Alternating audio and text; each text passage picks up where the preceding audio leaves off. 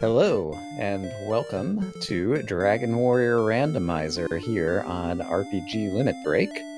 We have a matchup coming up with LordoftheSynth versus ryguy. And yeah, we're getting towards the end of the week one Swiss round. We had a huge tournament of, I think, 64 runners, and we're getting late in the week, and we've gone through most of the races at this point. There's still a few left. Perhaps you've seen some of the other races that we have already aired both on this network and on the Randomania networks earlier before. I am joined in the commentary booth with brisulph. You want to say hello? Hello to everyone in RPG Limit Break land. Looks like we're going to have a heck of a good match today. Two pretty equally matched runners, I would say. Yeah, both of these guys are pretty experienced. I guess I feel like maybe LordoftheSynth has been playing for longer, but ryguy, I felt like, came around the last tournament or Chaos tournament or something and really quickly climbed up the leaderboards. And so, yeah, both two strong racers. I think it's going to be a good match. I believe ryguy came around in the Winter League and maybe even made the finals. Very definitely made the knockout. That's for sure. Yeah, and I've had a chance to, watch both of these runners a bit, a number of times over the past 6 months. So I'm definitely looking forward to this particular match.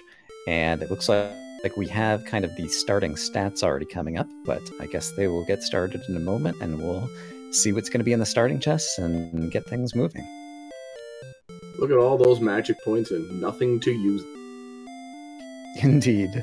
19 magic and no spells at the start, and the only 4 strength at the start. That could be ugly depending upon what the rest of the seed's going to give them, depending upon if there's a town nearby and any money at the start, or the fighter's ring, or I guess we'll find out what we get. 4 defensive power, 4 strength, 10 hit points. Oh boy, this could be ugly if there's any sort of swamp to go. Alright, but it looks like things are kicked off.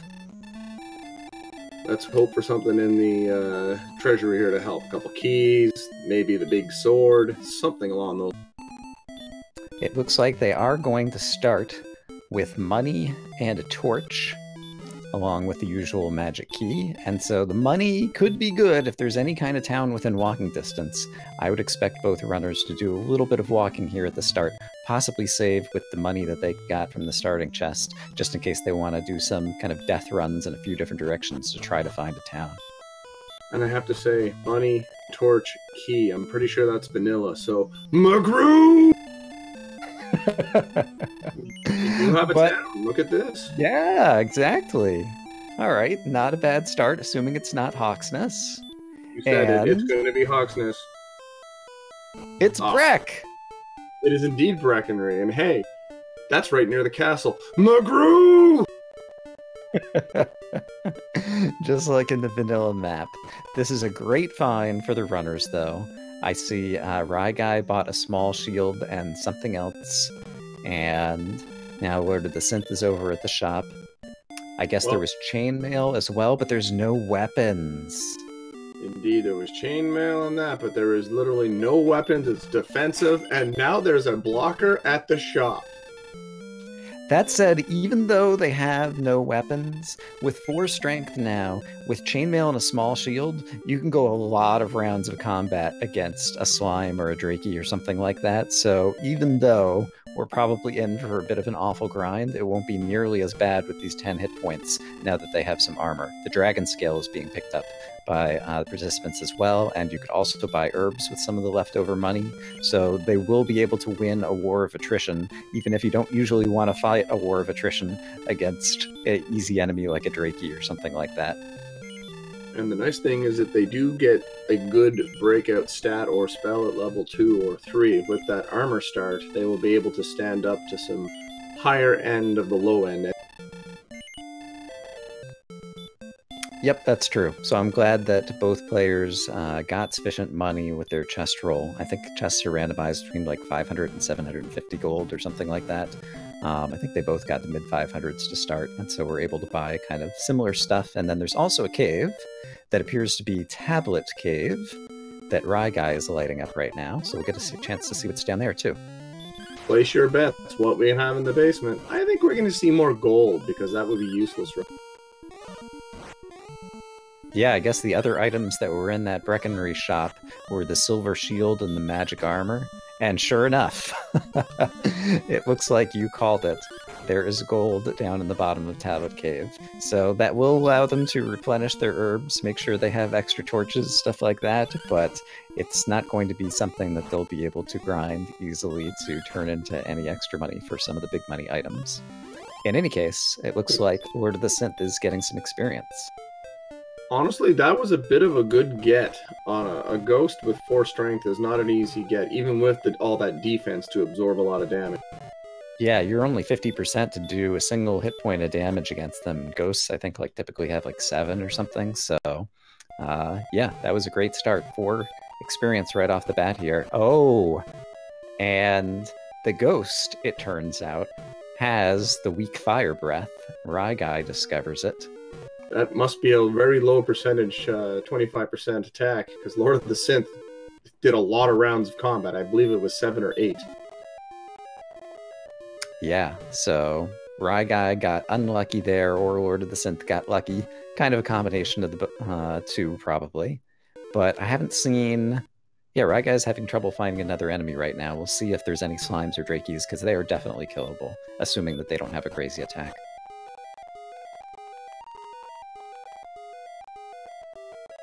So far, no luck for Ryguy. Ghosts and magicians. We need something a little lower than that.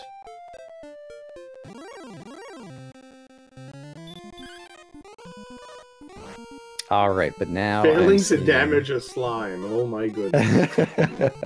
That doesn't happen very often, but yeah, slime on one side and a draki on the other means that there are these enemies in Zone 0 just to the southeast of the castle.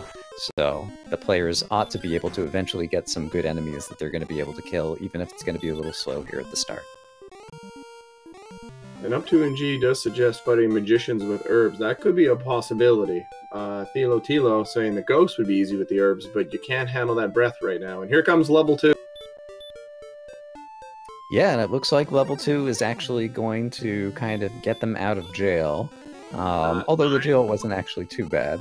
9, 5, 7, 9, and the sleep spell. Very good support spell early in the game.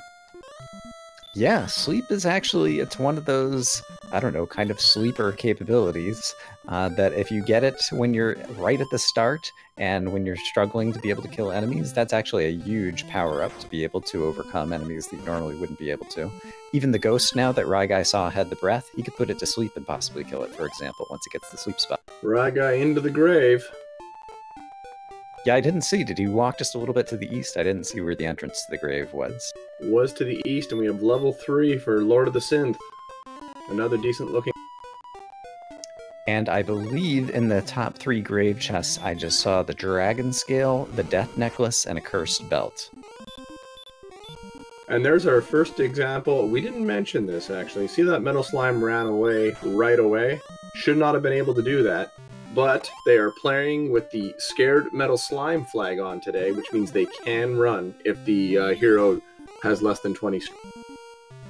Right. The new version of the randomizer that we're using in the tournament here for the first time has a number of new flags and capabilities, and that's one of them. I've also tried that flag out once, but the runners are allowed to agree on any set of flags that they want to race with, and these guys decided to try the Scared Metal Slimes flag. And yeah, basically I don't know if you want to call it like an exploit. Like in the vanilla game, you wouldn't be able to encounter a metal slime because they're too far away from the starting zone when you didn't have any strength, but as sometimes happens in Randomizer, and it's kind of weird that you're almost guaranteed to win if you happen to luck into finding metal slime super early. You know, people know my opinion. I think it's a silly flag, but I'm glad the option is there for those who want to use it. Yeah, I'm also, I kind of just wish metal slimes weren't around at all in Randomizer, but yeah, I'm glad to have more options, and I'm glad to see more capabilities being built into the Randomizer flags. I guess, was it back in the winter tournament where they had like 5 different rounds with 5 different flag sets? It was actually a pretty interesting way to kind of do a tournament, and really exposed me to a lot of different ways to play this randomizer that can be fun. Absolutely. Except chaos. In the meantime, Lord of the Synth is doing a good job working his way up the experience ladder, whereas Ryguy, while he's done some more exploration and has a few more items available already, is still kind of struggling to get over the hump to level 2, to where he'll really start to make progress more quickly. Lord of the Synth getting a lot of shots at this scared metal slime, finally landing one shot, still needs to hit 2 more here to kill the metal slime. There's a second. Oh, but it looks like it ran away. So oddly enough, with the flag had not been on, they probably both would have killed the metal slime and been well ahead of where they are now. Indeed. That might be fun to ask about at the end of the match.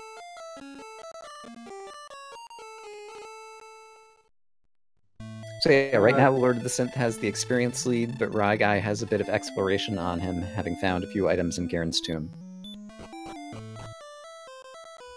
Yeah, there's nothing too big of a breakout here for anybody. They've seen the same stuff, they have the same equipment, it's just a slight experience lead for Synth at the moment, having had a few lucky breaks of a ghost not killing early with the fire. I see. Oh, he did manage to get up to those chests then as well. Yes, both have been reached those chests, so they both have their very cursed items. Well, it looks like it's going to be a little bit of just kind of a grind to try to get another couple of early levels before they're going to be able to do much more exploration. So in terms of the big picture of exploration, the goal, of course, is to kill the evil Dragon Lord who lives in Charlotte Castle. But in order to get into Charlotte Castle, which is surrounded by a moat, you need to build a bridge using an item called the Rainbow Drop. And in order to assemble the Rainbow Drop, there's kind of 3 other separate items that you have to find in various dungeons or hidden in towns throughout the map. And the map, of course, has been randomized as well, so that's what these guys are out to do in today's race. And here comes level 4 for Lord of the Synth. And that looked like a big hit point level, as well as the heal spell that I guess he already had at level 3, but now it actually means something at level 4 because he has more hit points to actually heal. No agility it looked like, but that hit point gain is beautiful.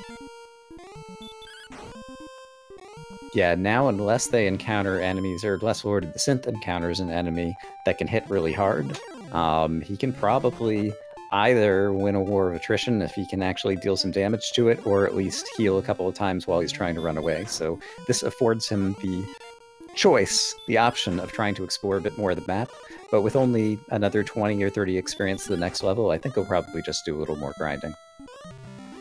These hit points, something like a warlock or maybe a wolf would be killable without a weapon at the moment. Yeah, indeed.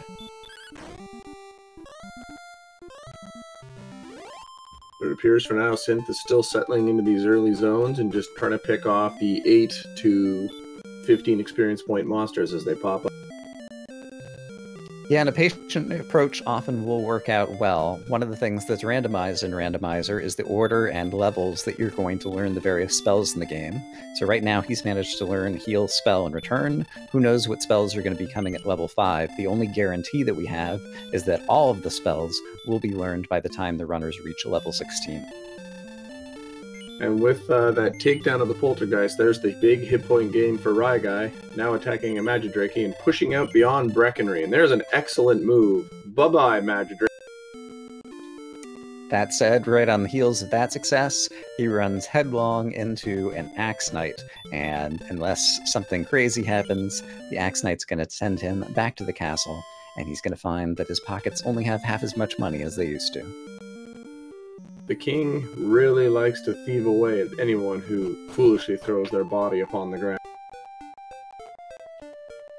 Indeed, but I guess it's a small price to pay if you get to come back to life and get reset at the castle, so, yeah. Synth makes it through the desert, but runs into a Wraith Knight. But the big hit points and a little bit of agility gets Synth away, continuing this little push out from the starting area. And it looks like Ryguy was just walking just kind of straight east across the top of the map, and it looks like it's kind of a dead-end peninsula there, so possibly pushing past Breck through this zone that has some difficult enemies might be the only kind of bottleneck way to explore further into this map. So far, very ineffective stop spell attempts by the Warlock, meaning no damage, but there finally hits on the third. It's level 5 for Lord of the Synth on a Drakima that was asleep and just got plinked down. We have 5, 3, 1, 11 for stat gains. No. Magic points will be good in order to let them keep on healing as they try to explore, and Lord of the Synth, it looks like there's some town down there, but the golem manages to knock him out before he gets a chance to check out what was in that swamp. Oh, those golems, they love to punch. And I see a wizard over on Ryguy's side as well, so probably one of two things will happen at this point. Either the runners will keep trying to push through that zone that has at least 3 enemies that if they encounter, they're very likely to die to, or they'll spend a little bit more time trying to kill enemies like that Warlock that Ryguy had that was casting Stop Spell. And, I don't know, 3 or 4 enemies like that will probably allow them to get the next level, perhaps some more agility, and they'll have a better chance of running away from some of those tough enemies. Synth made it through the desert, but unfortunately the Axe Knight was chopping down the woods at that point in time, and man, the Axe Knight is just keeping the gate clean here. I can imagine if I were on Lord of the Synth side and I've seen that there's a town over there, I would probably press and try 2 or 3 more times to get through this zone to see if I could make it to the town. If it were the town of Cole, for example, where you might be able to get a free item such as the armor, or if it were a Molder where you could buy keys, that could be a big thing that could really break things open more quickly. On Ryguy's side, if he hasn't seen a town that's over there, I might only try pressing another time or 2 and maybe just settle into grinding out 1 more level, which will probably only take another 3 minutes or so. It is a sizably large walk down to this town, but Synth is almost there.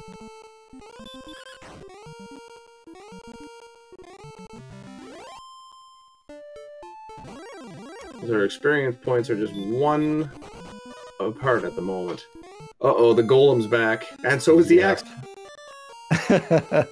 It's deja vu all over again.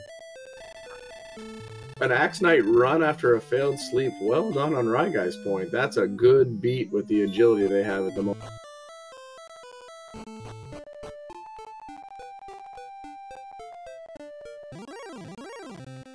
And a point made in chat by Blywin. Must be Catelyn with a Golem Guardian here, not wrong. And now a Golem escape for Ryguy. Oh my goodness.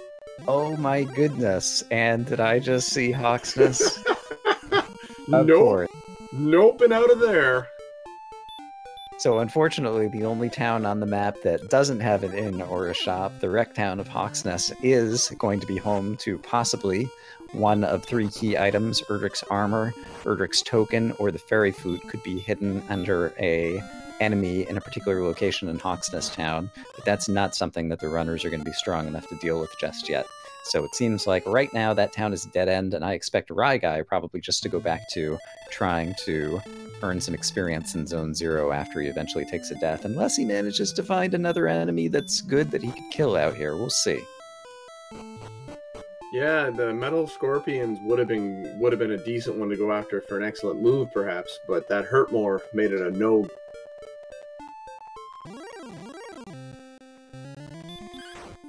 DH Stom, the Hawksness knowledge really doesn't mean anything. It appears they just get funneled that way. No one's going to miss Hawksness on this particular setup, but I do appreciate you gaming out there. I see your work.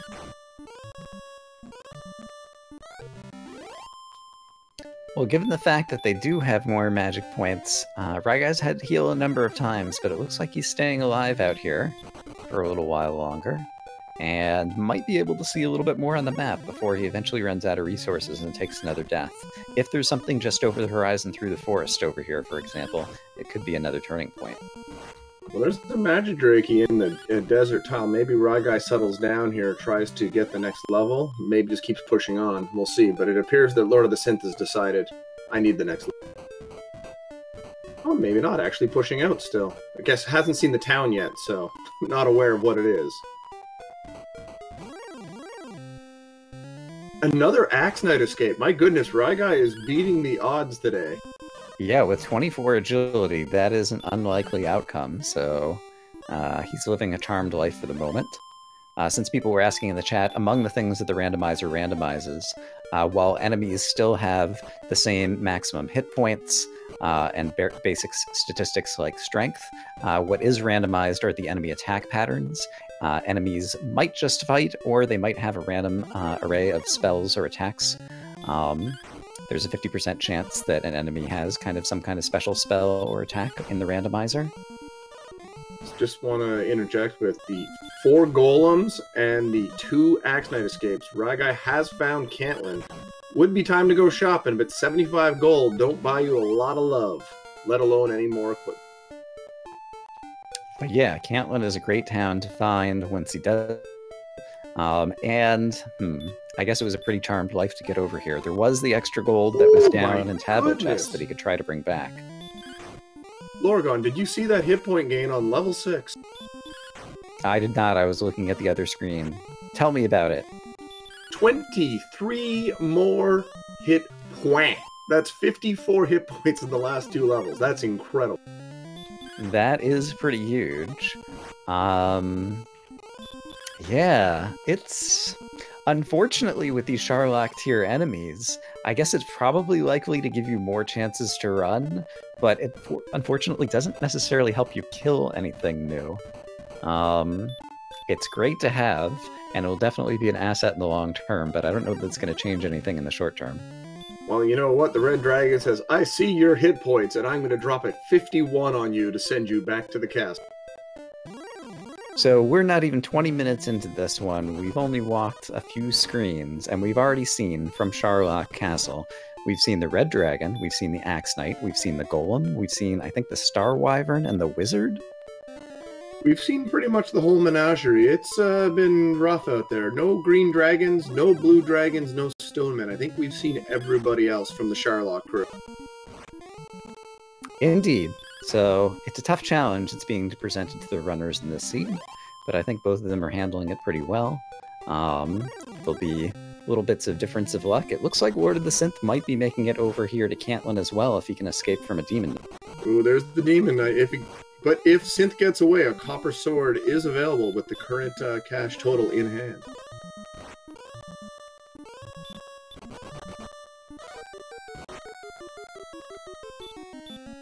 But the Demon Knight is tenacious, holding on right now. And unfortunately, the Demon Knight will not let Synth go. 2 steps away from Cat. And so on the one hand, Synth is sitting out a little bit of an experience lead right now, but on the other hand, he's been handed another one of these tantalizing fruits that's just a little too out of reach out on the branch there. I wonder if he's immediately going to try to head back rather than be patient. And meanwhile, if Ryguy's being a bit more patient to try to get some more experience, maybe he'll have a chance to catch up on the experience front. He's going to get his level 6 right now. The problem for Synth is if this works and he makes it down to Cantlin, unless he picks up another 70 gold on the way, which is unlikely, not going to be able to get a decent weapon. Club would be the best weapon he could afford from the shopping spree.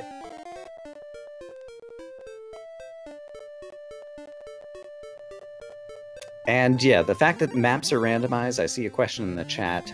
Typically, it would not be the case that you would encounter these in vanilla until very late in the game, because the map in vanilla is obviously designed with the easy enemies near the start, and then as you branch out farther and farther, things get better. In the randomizer, the area right by Tanagel Castle where you start is often referred to as Zone 0 that just has, I think, 6 of the easiest enemies that can appear in that zone.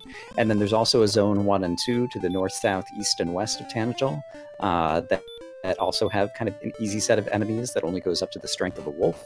After that, all the enemy zones are just completely randomized with a random set of enemies throughout the game. And so we just happen to have one of the difficult sets of enemies right here at the start in this little kind of peninsula area that the players are forced to walk through. Yeah, that starting little desert and forest chunk they're funneled through to make any advancement has Axe Knights, Star Wyverns, and Wraith Knights. Not very friendly. But that's one of the, I don't know, charms of this randomizer. Each seed is different and unique and presents its own kind of puzzle to solve. There are some seeds where the best strategy is going to be to try to press on through, hope that you find a town or an item that's going to unlock things so that you can make progress. There's other seeds where it seems like the right thing to do is just to hunker down, spend 5 minutes killing some easy enemies to get another level up, and hope that you're going to get a great spell or some great stats that will allow you to progress. And we might see each individual runner here kind of go back and forth between those two strategies.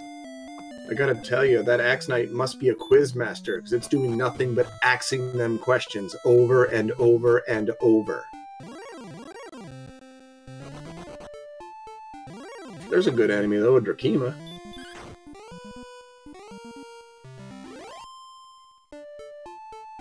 Yeah, and did you say you saw a wolf somewhere earlier? I can't remember. There was definitely the Warlock was one of the best enemies they could fight right now.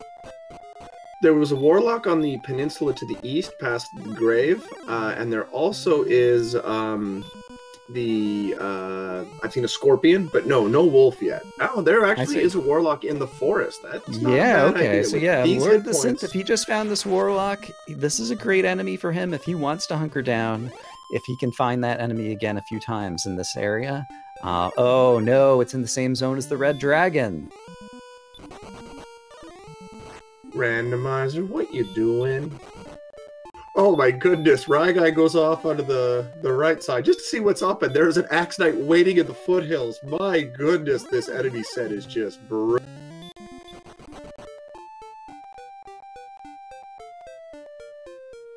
Hey, there's a stone man also in that chunk over by the grave. Oh boy.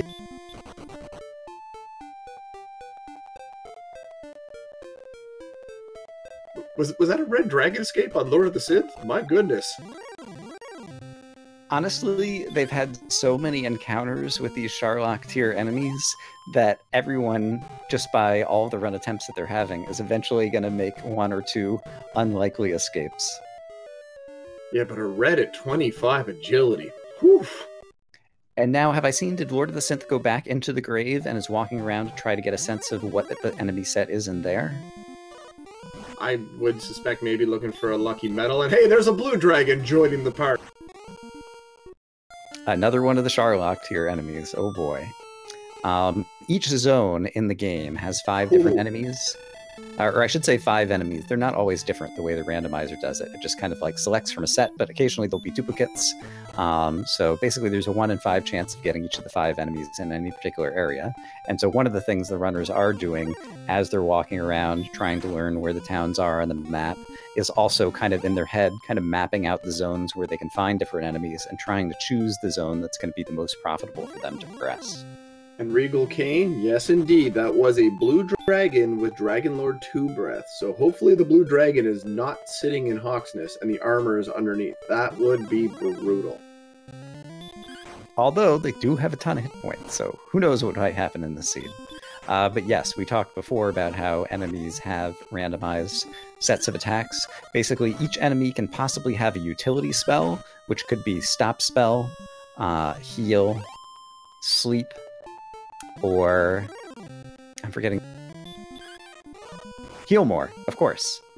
And each enemy could also possibly have an enemy attack. It could be one of hurt or hurt more, the weak fire breath, or that Dragon Lord 2 breath that we saw come out of the blue dragon.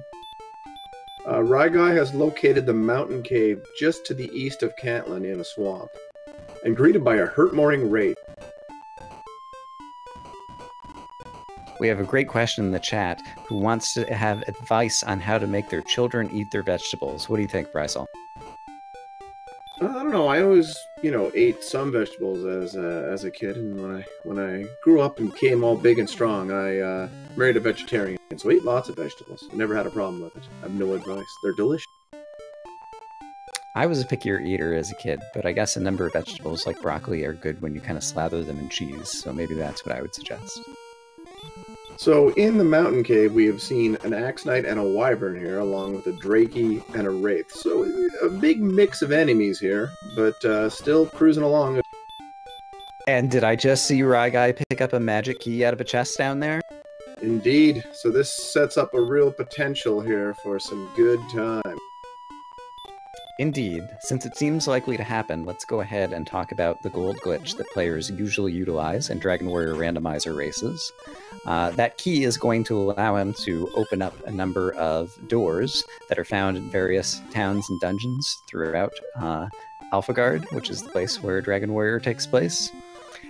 And the way the game is coded, it's the case that it can only keep track of 8 chests that you have opened at a time, and that list of 8 chests that you've opened gets reset every time you return to the overworld. However, if ryguy manages to open 5 chests here in Mountain Cave and then die and immediately gets teleported back to Tanagel Castle, where he can open more chests, once the game loses track of anything past the 8th chest, he'll be able to repeatedly take an item out of that chest over and over and over again. And so we should expect, after ryguy gets the 5th chest here in Mountain Cave, which he's just about to do, that he's going to attempt to get a death warp, get sent back to Tanagel, and then try to glitch some chests in order to get some extra items or gold. Here's the issue with that. With only 1 magic key and a long walk to get it, would ryguy go into the treasury? But with that gold find, it won't matter, because now ryguy can definitely buy keys. He has enough money that he can just open up the key shop, because there's a key shop in Tanagel as well, and then he can buy more keys and then open up the treasury, and yeah, so... something I was going to point out, but Fearon Burgundy, the great commentary man himself, has already said it in the chat. With 2 cursed belts, all 3 search spots are in play. So 1 will have the flute, 1 will have the token, and 1 will have the armor.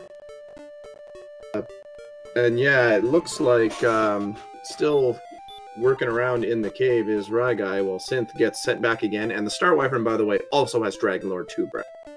Great! Yeah, it was taking ryguy a little bit of time to find his death warp, but finally he's found a Spectre who can do a fair amount of damage, and rather than fight back, he's just reusing the Dragon Scale so that he can effectively pass his turn during battle. But now he's back in Tanagel Castle, and he's going to try to activate this chest glitch and see if he can luck into glitching one of the gold chests. And I guess, did he get 2 keys? Okay, no. He only has the 1 key, and remembered just in time that he has to buy more keys before he does anything else. And something else that here for Synth, trying to maybe find a metal slime. Did get level 7. I missed it in the midst of that dive. Anyone in chat record that? I guess we can compare the stats and look. 4 strength, 5 agility, 4 hit points, no magic, and they picked up radiant and stop. Stop spell is actually interesting because with all the hit points that they have, if he wants to go into Hawksness, and there happens to be a monster on the Spikes tile in Hawksness that likes spells, Stop Spell, oh my goodness, I think I just saw something big on ryguy's side. And another stick. This is a offside of this glitch. Is there going to be a gold grind? There's not. Well, there still could be underneath the castle. But in any case, ryguy picked up Erdrick's sword. Since the players didn't have weapons prior to now, that's going to be plus 40 attack power. That's a game changer. Actually, before sword findings, we might be able to do a little 8-bit theater. Sword chucks, yo. And also wanted to point out that Silver Harp was, in fact, sitting in the treasury, so that's 1.5 story items out of 3 required for the Rainbow Drop. Speaking of the Rainbow Drop, that was the Jerk Cave, it's so commonly called in the community. Alright, but with Erdrick's sword, we see ryguy's attack power is now 69, whereas Lord of the Synth, who's a level ahead, still has an attack power of only 33. Unfortunately, again, other than, I remember there was a Wyvern, and I guess possibly the Demon Knight are kind of like some mid-tier enemies that we've seen somewhere along the way. The Charlock tier enemies are still probably going to be out of range for ryguy to be able to kill. And without that gold grind, it's really too bad because there was magic armor and a silver, definitely a silver shield, and I believe magic armor in Breckenry, right by the castle. So it would have been a very free super armor up. And with the sword in hand, would have been in great shape. Yep, so yeah, players are going to have to come by most of their money the hard way, and that makes finding Erdrick's armor, wherever it may be, it might be in Hawksness, it might be at the Cantlin Coordinates, all the more important. And once again, since ryguy has a key, he can, for example, go visit the old man in Cantlin to find out the coordinates or where one of these 3 items is buried. And if it happens to be nearby, maybe it'll turn out to be the armor, and that could be huge. In some of the more recent race seeds, the coordinates have been very large in their setting. I don't know how it was for yourself in your race earlier today, Lorgon, but myself, I had one that was 80-something and 100+. Yeah, the nature of rando, I suppose. And Cyberdark saying 5 north, 4 west for their race. That's unreal. Given that Tangel appears to be kind of up near the very upper left corner of the map, we're probably going to have some reasonably large coordinates that are going to be somewhere to the southeast. But until Ryguy or eventually Lord of the Synth gets down there and talks to the old men, we won't know. But we do know that there will be coordinates because we found 2 cursed belts already. Basically, the token and the flute both could optionally be in chests, but if they're not in chests, that chest that would have held the token or the flute contains the cursed belt. And so having the 2 cursed belts is how we know that both of those items are going to be in search spots somewhere on the map. Ryguy is trying to find a way to a zone with mid-range enemies to probably just settle down, grind on those, and get either heal more or hurt more, and then really start pushing out in the world. But can't seem to make it past these brutal Sherlock enemies on the overworld at present.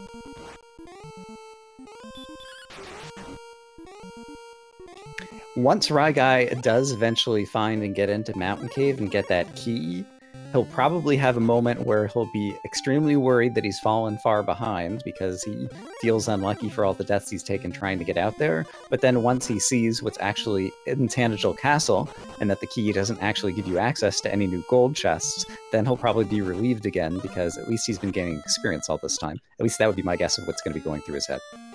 Makes sense to me as well. Lord of the Synth kind of catching a break there, but the longer this goes without finding that cave or Rimeldar, the better off Ryguy is going to be, just because that 40 plus to the attack power will make a huge difference. Just got to find a spot to grind.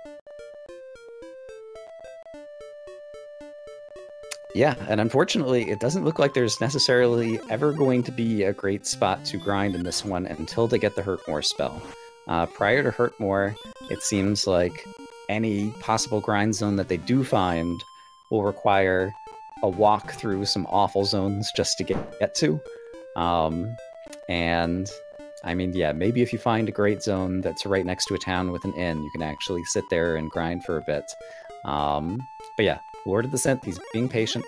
He's got an area that has, like, Drakimas and things like that. 600 experience is needed for level 8, and Drakimas, for example, are giving 20 experience, so if he kills 5 more after this one, he'll pretty much be right there. Lorgon, it's been requested if you could explain a bit more about the concept of the enemy zones in the randomizer, since no one apparently knows more about the zones than you. So the overall overworld map is 120 by 120. And it is divided into squares of 15 by 15. We're getting the coordinates 12 south and 83 east. The 83 is going to make that tough for Ryguy to get to. It's divided into 15 by 15 square zones that have the same set of enemies. So we saw Tangel Castle was kind of near the upper left-hand corner of this map. I'm not sure if it was within 15 blocks of the upper left-hand corner, but imagine that it were. Then the upper left-hand corner, 15 by 15 square, would have those easy enemies, these blue slime and the Drakey and the Magidrakey that we saw in kind of that first zone, and then the zone just to the right of it and the zone just below it, the next 15 blocks over and the next 15 blocks down would be those zone 1 and 2 enemies that we were talking about a little bit earlier. And then after that, every other 15 by 15 zone is going to have its own random set of enemies. Someone said GPS may be needed. Based on how the actual layout of the land is looked, it's mostly a land that goes southeast, and then it goes back to the west and south. So more than likely, this is going to be princess required. But you never. Yeah, basically, yeah. For those who don't know, for counting out that directions, the 12 south, 83 east, you can either just try to count it out manually by counting your steps, or when it's difficult to do, you can rescue the princess, who will be hidden away in the swamp cave somewhere. And if you bring her back to the castle, she'll give you her love as an item you can carry around in your inventory. And when you use her love, she tells you how far away from the castle you are in cardinal directions. And I have to say, this grind is working very nicely for Lord of the Synth, approaching that 600 experience points required for level 8. This has been an excellent zone, just grinding away. Yeah, and so it's really interesting to see what's turned out to be divergent strategies for our two runners. Lord of the Synth playing the patient game is about to get the next level, and meanwhile Ryguy has been pressing and managing to find some things, but they're not really unlocking a lot of progress for him just yet. 69 attack power, I wonder if the Demon Knight might have been damage raceable. I know they have the high dodge ability, but... I see the next level. 6, 6, 6, 31, and a spell. Those are some crazy stats. They have a ton of magic now at level 8, and I didn't notice what the new spell was. It was hurt, so not super useful, unfortunately. Put a more on the end of that, then we can talk. But yeah, here we are at level 8, and they already have 84 hit points and 79 magic points. This is an incredibly high magic point total for level 8, and once they do get heal more or hurt more, that could really break the seed wide open. And so the fact that Lord of the Synth has the experience lead right now might be more advantageous than Ryguy's keys. Only time will tell. Nice to see a Wraith Knight there for Ryguy with these hit points and Erdrick's Sword. That is an excellent enemy. The problem is it's mixed in with DL2 Star Wyverns and Axe Knights, so not exactly a great zone to try to grind in. Unless Ryguy's feeling real lucky. And just to help keep track of where we're at so far, I guess we've seen Mountain Cave, we've seen the top of the grave. I don't think Ryguy ever tried to unlock the door and go deeper into the grave. We've seen Tablet Cave, and we've seen the Jerk, the guy who gives you the rainbow drop at the end of the game. Are those all the caves that we've seen? We've also seen Tablet Cave, which had gold, right near Brecken. Right. So it's kind of funny how that works out. We've seen the big caves, 5 chests each. We've seen 8 of those chests now. And only one of our racers has found the Mountain Cave, which is to the east of Cantlin, which is southwest of Hawksness, which is southeast of Breckenridge and Tanagel. Well described. Do you draw maps when you're racing, or do you just remember in your head? As you can tell by how I just ran that out, I don't map anything. I just keep track in my head of general ways to go. It works pretty well, except when it doesn't. Yup.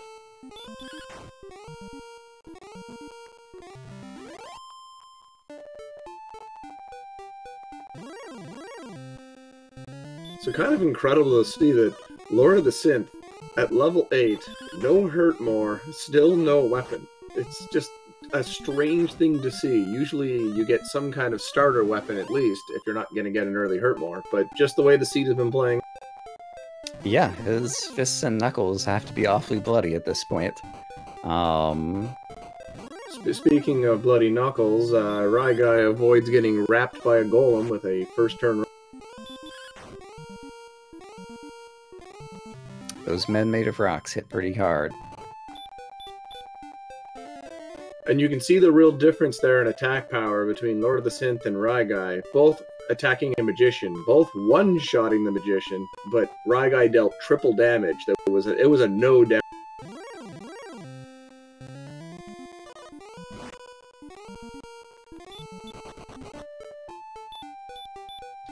So at this point, Lord of the Synth has made it back to Cantlin. He has 142 gold.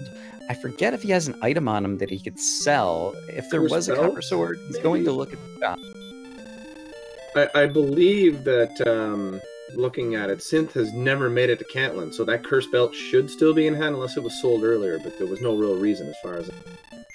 Well, he's at least got a bamboo pole, but he's going to go check the other shop as well, I presume. Bit of a strange buy. 2 strength isn't really going to change, or 2 attack power is not going to change anything in the calculation at this point. A club maybe would be a little better. And hey, an Axe Knight kill. Haven't seen one of those for a while. And sure enough, there is a club in the bottom shop, and so he's going to get the club upgrade. And that's at least a little bit more attack power for him now, so that's nice. Not nearly as good as Erdrick's Sword, but he's still trucking along. And I have to do this for the chat, but Synth is going clubbing!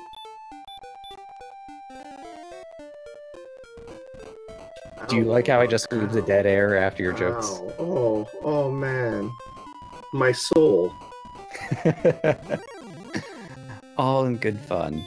Oh, Another red dragon farther to the south by Lord of the Synth. It's going to send him right back home. At least he managed to spend some money on something that can help him in the medium term. My goodness, these red dragons are just throwing straight, not literal fire, but doing a lot of damage. That's a 50. We've seen a couple 51s earlier, too.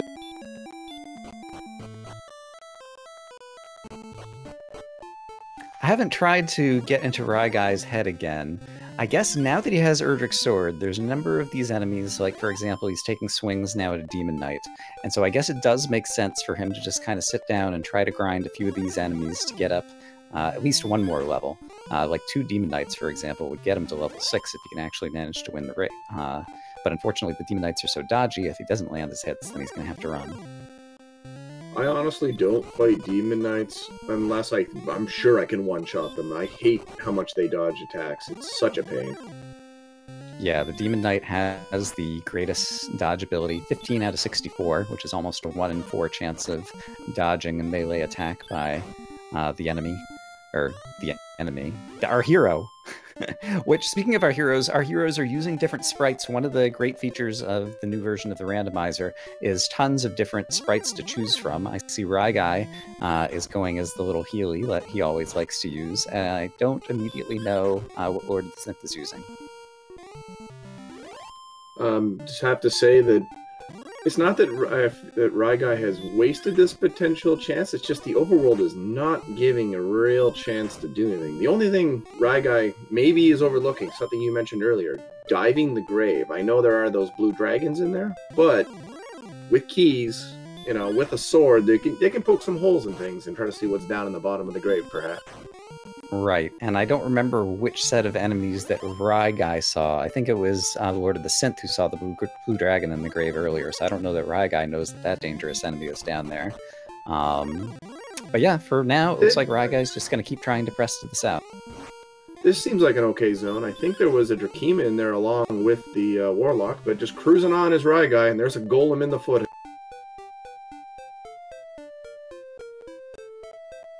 As for this sprite, I believe this is a Dragon Warrior 3 sprite. Just trying to get a look at it. Might be a soldier. Female soldier, I believe. Now this could be a good enemy right here for Ryguy if nothing dangerous is on board. A lot of hit points with the sword, can probably cut down a rogue scorpion and get level. Sure enough. There he's got it. Rogue Scorpions have a lot of defense, and also a lot of agility, so they're hard to run from, but he's able to hit through it. Gets him level 8, and yeah, that'll only make him stronger. He's going to keep on keeping on. Maybe he'll find something new around the corner. Future Sight 23 with a good pointers. Anything in the grave that he needs has everything except the fighter ring, pretty much, and you're not wrong. The main reason I would do it is if you're having trouble getting anywhere in the overworld, maybe you'll find one of the cave zones would have several mid-range enemies that you can just cut up with that sword and start leveling that one.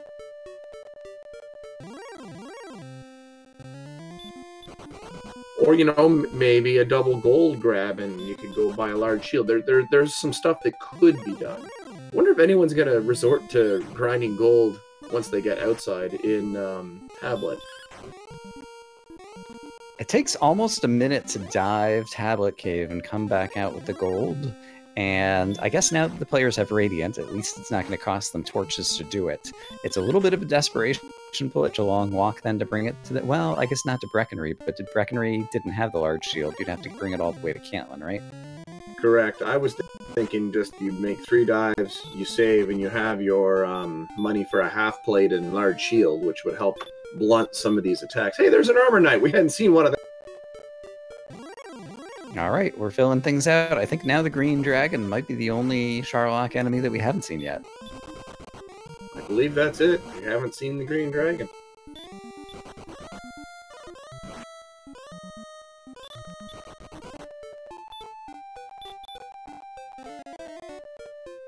So I seem to recall that there's still one more race that's going to be a little later tonight, and I think it's also here on RPG Limit Break. at, was it at 9 p.m.? Do you remember? I believe it was 8 p.m. Eastern. I see.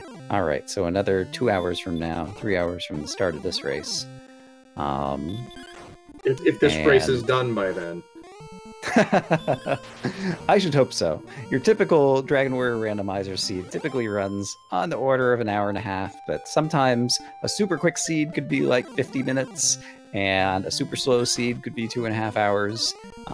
We'll see what this one's turning into. It's definitely a bit of a slog right now. And since we mentioned a really long race, we are legally obligated to mention the time that Nez Carnality and Jack and Miss Wedge had a 3-hour and 40-minute semifinals match a few years ago that was pretty ridiculous. It was the first Dragon Warrior randomizer race I ever watched, incidentally. So not a good intro. Oh, wow. Isn't that quite the thing?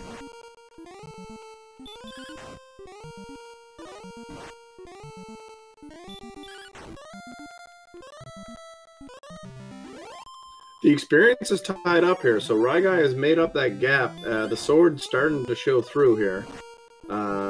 There's a Star Wyvern. Sneak attack with a sleep. Uh-oh, here comes the huge combo. Oh, not yet. Ryguy does have stop spell. But okay, there we go. Wombo combo complete. Star Wyvern has sleep and Dragon Lord 2 breath. That's going to make Sharlock potentially very dangerous, especially given the fact that their agility is currently only 36 here at level 8. Well, thank you very much to Pol and Terrace. It's actually the Dragon Warrior 4 female hero is what the sprite is. I thought it was a Dragon Warrior 3 one. Thank you very much.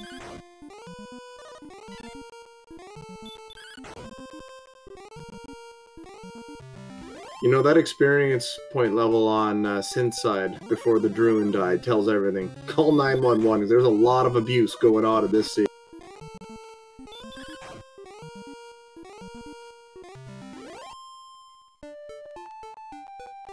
Thank you for the dead air. In this instance, it's actually because there's a lawnmower right outside my window that I think would come through on the mic. That's a fair deal. We are 22 experience points away and 36 experience points away from level 9 for both of our racers. So let's see what we get. It's just going to be short for Ryguy with this kill, but the next kill should get it. Synth, meanwhile, playing with fire, must have just found outside of the Axe Knight zone, maybe? Because right in the meat of where all those Axe Knights are. Synth is so close, though, to getting level 9. Yeah, I think he's going to get it here. Here we go. Come on, game. Let's get something crazy. There's been a lot of crazy stat gains, just not quite what we... No! It's a new spell, and it's outside. And possibly also repel. I didn't get a good enough look. I didn't notice. Look at all those spells. They have really... They've got all the early game spells. They're just missing the late one.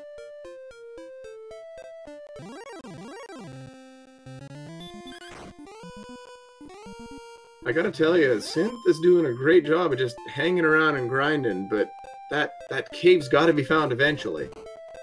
And getting that sword would be a big thing. This at some point, either Ryguy's gonna have to break out here, or Synth is going to find that sword, and the way that it's been going, Synth is looking to have the better race.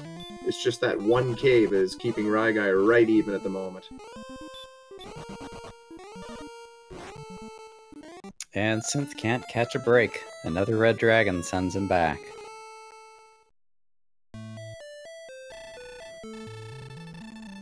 I wonder if anyone's going to be tempted to sell that death necklace for 1,200 gold to get some equipment. Because, I mean, a half plate or a large shield, but once you sell it, you can't get it again. Right, and yeah, when they already have 89 hit points at level 9, you have to think that the death necklace is likely to come and play at the end of this seed, especially with the low strength.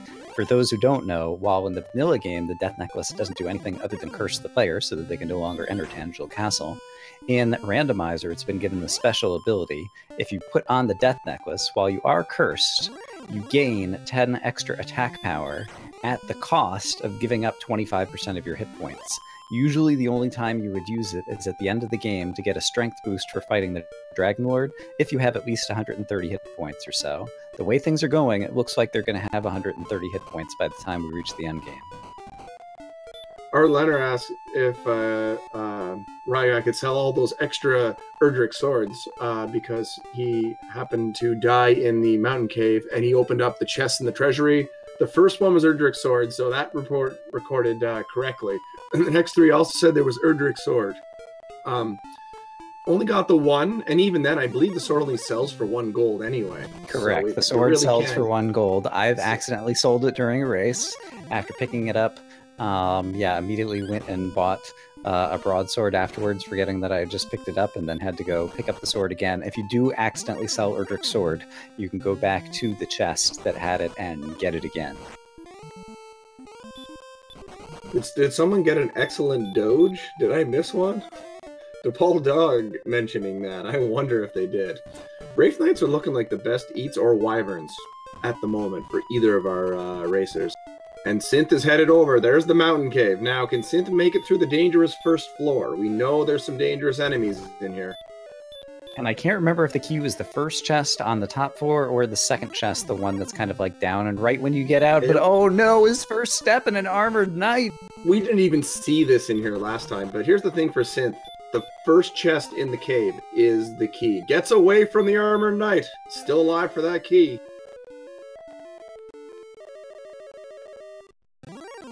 And with 318 gold, even if all he gets is the key, he'll have enough money that even without being able to glitch the chest in the treasury, he can at least get a look at what's in the treasury and what's underneath Tanagel and still escape with the key. But he's got to get to that key, and the enemies are lining up right now to chop him down. Oh no. It's that same axe knight who had been cutting trees in the forest earlier, now cuts down Lord of the Synth. Just unreal, game. What you doing? Come on. ryguy headed back towards the mountain cave area. I believe the land does extend past here, because I don't think there's anywhere else to go on the map right now. That has to be the spot.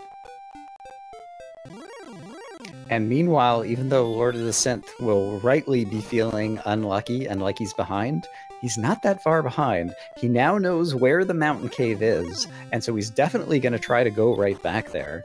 And if he does get to the key, it's definitely going to point him at Erdrick's sword in short order. And he's only a couple hundred experience points behind ryguy, so this could still be a very tight match. I was wrong. There's no more land past there, so there's... Oh, right, the foothills down here with the golem. Hey, there's the walls of the Big Sea, as Sparkover is trying to make a thing, of Sherlock Castle, which is where the Dragon Lord resides. A bit of a walk to get here, so it'll be interesting to see how that goes once we get to that point in the race. But it looks like it's going to be a while before we get to that point. A red dragon sends ryguy back to the castle again. Red dragons are often called the fun police, and... yeah, in this seed, there's a lot of fun police in this seed, quite honestly. I'm wondering, does ryguy not go look to see what's in Hawksness? If it's an Axe Knight, damage racing's possible. You know, if it's a Stone Man, you could use Sleep and cut that down. He hasn't poked back into Hawksness. I wonder if it might occur to him to take a look. A lot of hit points, a lot of magic, you know. There's Stop Spell, there's lots of potential support spells that could get by an enemy that's strong. Yeah, that's a good point. But I understand the not wanting to go in. No hurt more, no heal more. That's usually one of the two you'd want to have in hand. I've run in with just Stop Spell and a fair number of hit points before. But unfortunately, again, as we talked about, the enemy spike tile are pretty much that Sherlock set of enemies. Not exactly, but pretty close. And I'm trying to think, did any of them have, I guess, the Star Wyvern, but that's not a spike tile enemy, had spells. I'm just, with this many hit points, it would make sense to me for ryguy to just go in there and try to damage race something if it's a lower end one. I mean, you're not getting anywhere on the overworld. Yeah. And you know, you might be able to just brute force it. You might not get it on the first attempt, but it could be a possibility. Something to do, because right now dying on the overworld over and over and over is getting you nowhere. You know there's so many bad enemies. There's all those foothills. You gotta try something different. Did Synth just walk by the mountain cave? I was just wondering the same thing as well.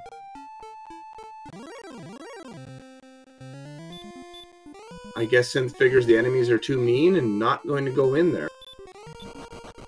I can understand why he might have that impression, because he did see 2 Sharlock tier enemies that he's unlikely to get past, but nevertheless, the chances of getting to the first chest in the mountain cave without any encounters at all are close to 10%, so I would definitely take another try.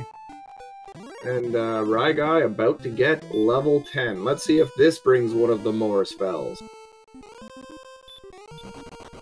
Sadly, no new spells. But 2 double-digit stats, that agility is going to be big. Definitely going to help. And I would definitely say now with that agility and that strength gain, the Hawksness play makes even more sense, just to see what's there. Yeah, I agree. I still can't get over the magic points. There are seeds where you go fight the Dragon Lord without having 82 magic points, and Ryguy already has it here at level 10. I killed the Dragon Lord on my race yesterday with 83 magic points.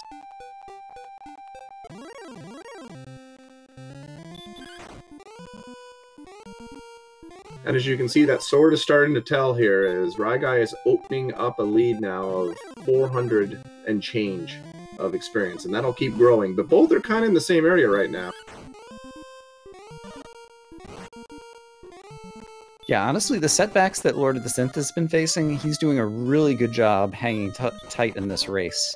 It definitely could have kind of folded over for him, but he's pressing ahead and still keeping it close.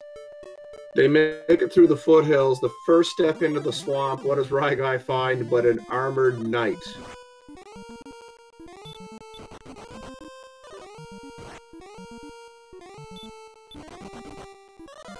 The game's just mocking them at this point.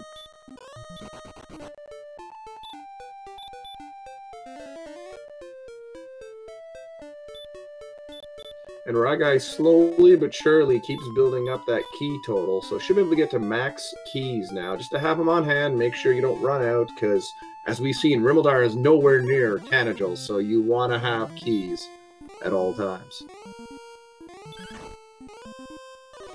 What's kind of a little bit ironic, I might be trying to twist things a little bit here, but having all these Sharlock enemies is actually kind of playing a little bit in Lord of the Synth's favor, because it means every time he's taking a death, Ryguy is pretty much also taking the same death. The Red Dragons and Armor Knights are killing both of them equally. If instead this had been a map filled with, say, Wyverns and Wraith Knights, Ryguy would be taking them out. Lord of the Synth would be taking some of them out too, but Ryguy would be doing it much quicker, and so he might be opening up a bigger lead if we had easier enemies. Smashy needs a recap. So, here is the recap. The throne room had gold torch key. Breckenry was right near the castle. Both of our racers bought a small shield and chainmail, but there was no weapons for sale in Breckenry. Right near Breckenry is the Tablet Cave, which had more gold. To the east of the castle is the Garen's Grave, and they raided the top 3 chests, which had a curse belt, a death necklace, and I think Dragon Scale. Dragon Scale, thank you. To the south east of the castle, through some swamp and 2 brutal zones of enemies, is Hawksness. No one has poked in other than just looking at it the once, so we don't know what is on the spike tile. Then Cantlin is to the southwest of that location, which, as you saw, Ryguy just walked by. And then just to the east of that, as Ryguy is heading over this way towards the foothills into that next swamp, is the mountain cave. The top floor of the mountain cave had a key. So Ryguy got the key, full cleared the cave, also getting the Stones of Sunlight on the second floor. Then opening up the treasury with the overflow glitch, the first exploit, I should say, I guess. Picked up Erdrick's sword, and then opened up the second chest to get Erdrick's sword, and then open up the third chest to get Erdrick's sword, and then open up the fourth chest to get Erdrick's sword. There is no gold grind available, which is too bad, because there's a silver shield and magic armor in Breckenry right near the castle. And I need to interrupt to point out that Lord of the Synth found Swamp North. Swamp North has the same enemy zone as the top of Mountain Cave, where he died to the Axe Knight and Armored Knight previously, and the Armored Knight got him again, so more frustration for Lord of the Synth. Oh, and also both runners are playing with Scared Metal Slimes on, and they both found one in Garen's grave with less than 20 strength, so they both could have got a bit of a boost on this start had they not played Scared Metal Slime flag. That's something else worth mentioning, that it was so long ago, but it happened. And you did an excellent job on the recap. I think the only thing you might have failed to mention is that I believe it was the Jerk Cave that was underneath Tanajul, and that completed the reason that there wasn't a gold grind available. Thank you very much. I had indeed missed out on the Rainbow Drop Cave. The crazy thing is, once they get the spells they need, the experience points are just going to start piling up obscenely as they explore, because there's so many good enemies, they just can't kill them right now. Smashy, that is something we've been wondering about. With all these hit points, with these support spells, Ryguy should be going after some of these enemies. And again, maybe checking Hawkness. Neither one is checked, and we also know, by the way, all three search spots are available. And we just found something new. One. He made it through the Swamp Cave, and on the other side is the town of Garenham, which is going to open up more possibilities. And it appears that Ryguy has got there as well. Oh, no, sorry, that is Ryguy, my mistake.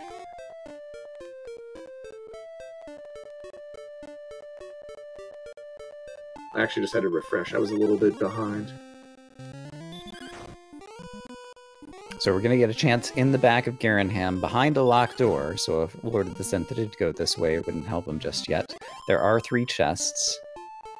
And... oh! So, in the 3 chests, one of them is a key, and another one is a gold chest. I missed the first one. And so there is the possibility of grinding gold by walking repeatedly in and out of Garenham, if Ryguy chooses to do that, if he wants to try to, for example, upgrade to a large shield and maybe a little bit of better armor, if that's available in the shop here. He also finds in the back of Garenham the Stones of Sunlight Cave, aka Free Stuff Cave, which has the Fighter's Ring, which he's going to equip for an extra 2 attack power. The first chest in the warehouse in Garenham was an herb.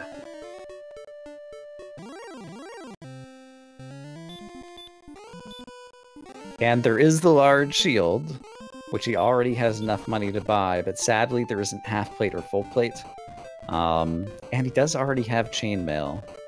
Agility's still pretty low, though. I wouldn't mind having some more. Yeah, and we've seen a lot of hard-hitting enemies. I wouldn't mind trying to grind gold for half plate or full plate if it had been there, but since it's not, he's just going to move on. And I believe that that there was neither at Breckenry either with the return spell. That could have been possible. I believe Cantlin was the first place with those mid-range things. Hey, we have a metal...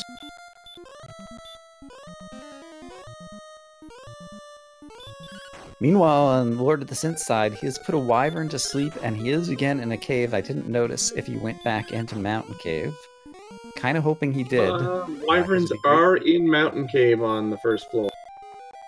But Swamp Cave is the other possibility of where he might be, and it's got the same enemy zone. And I think he's actually in Swamp Cave, because it looks like he's just walking to the south now. Sure looks that way. However, if he remembers that Mountain Cave and Swamp Cave have the same enemies, and he's seeing a stream of wyverns here, hopefully that will encourage him to go back to Mountain Cave and hopefully have some better luck in the future.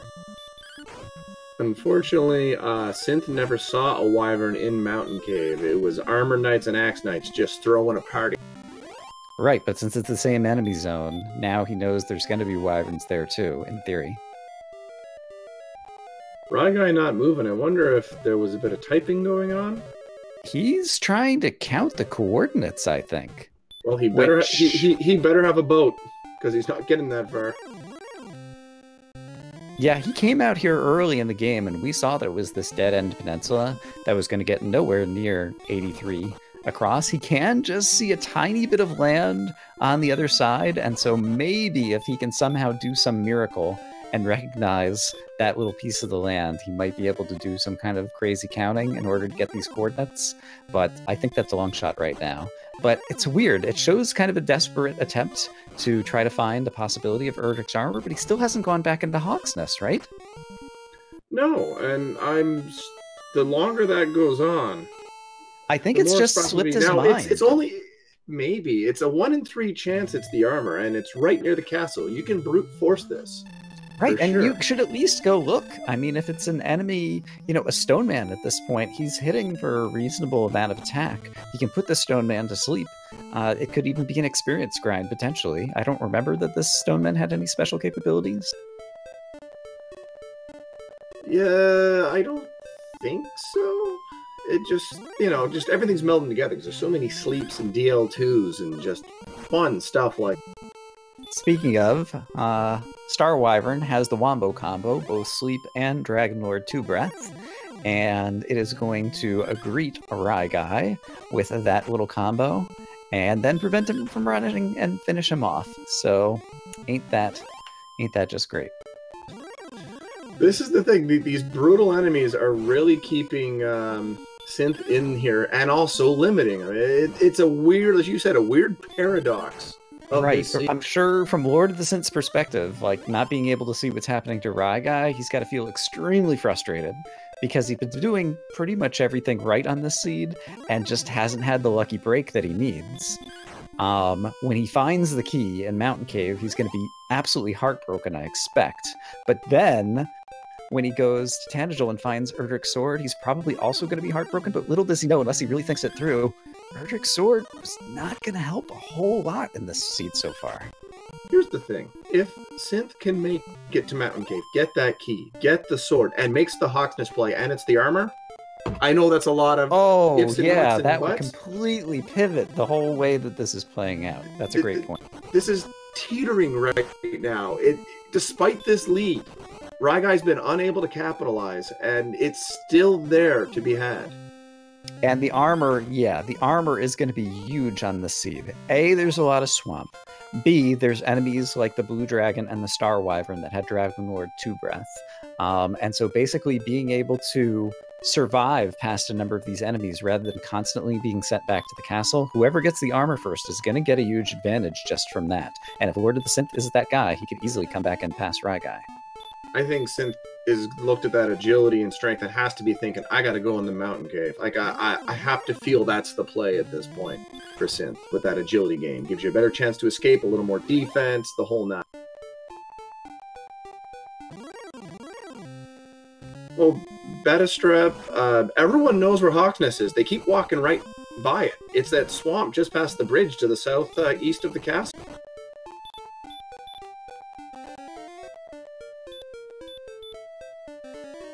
But I think I can get through the swamp cave, so I'm going to try to count up those coordinates, which is an interesting play. And again, if it's the armor,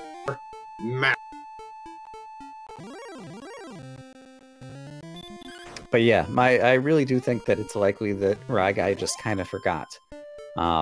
He's gotten a little tunnel vision. It's very easy for that to happen, especially on a seed like this where the players have taken so many deaths.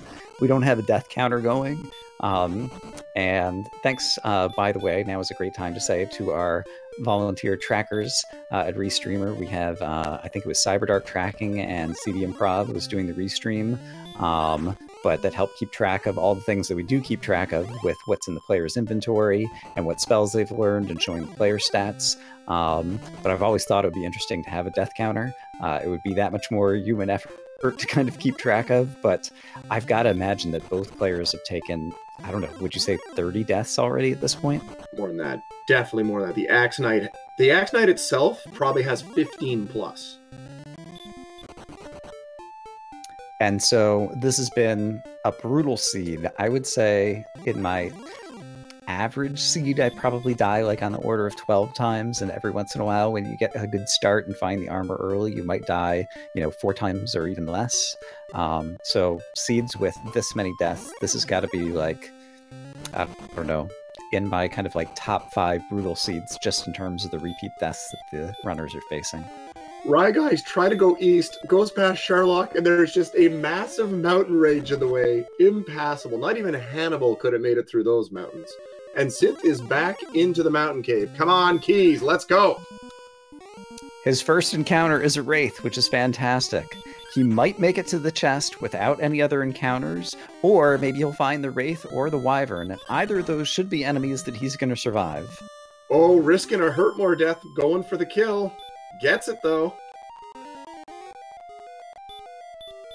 I like that aggressive play. You always got to be trying to kill and gain experience. That's what's keeping him in the game so far. He's been very patient, fighting enemies that he can win in order to keep getting experience, and so he's only a few hundred experience points behind.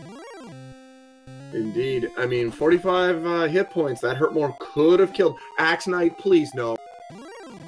He manages to get away and gets to the tea chest. Okay, this is big. We might have a race once again. This is big, and Synth is now going to head downstairs, hopefully get the Stones of Sunlight, and even up a lot of what's going on here. And for those keeping track, that was 72 minutes to get that key.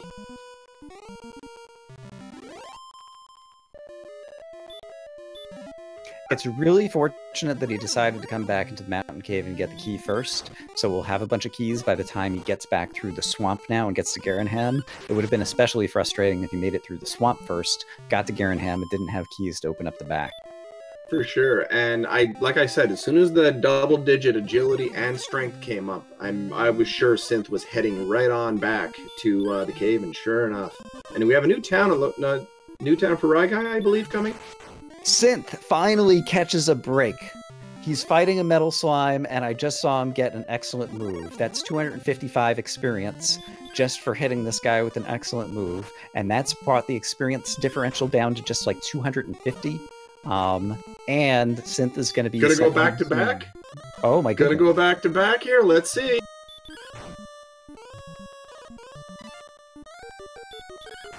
There's two. It's hanging around. Boom. And with this, Lord of the Synth has his first experience lead in probably 30 or 40 minutes. Incredible. That was a Jose Batista bomb in the playoffs. That was ridiculous.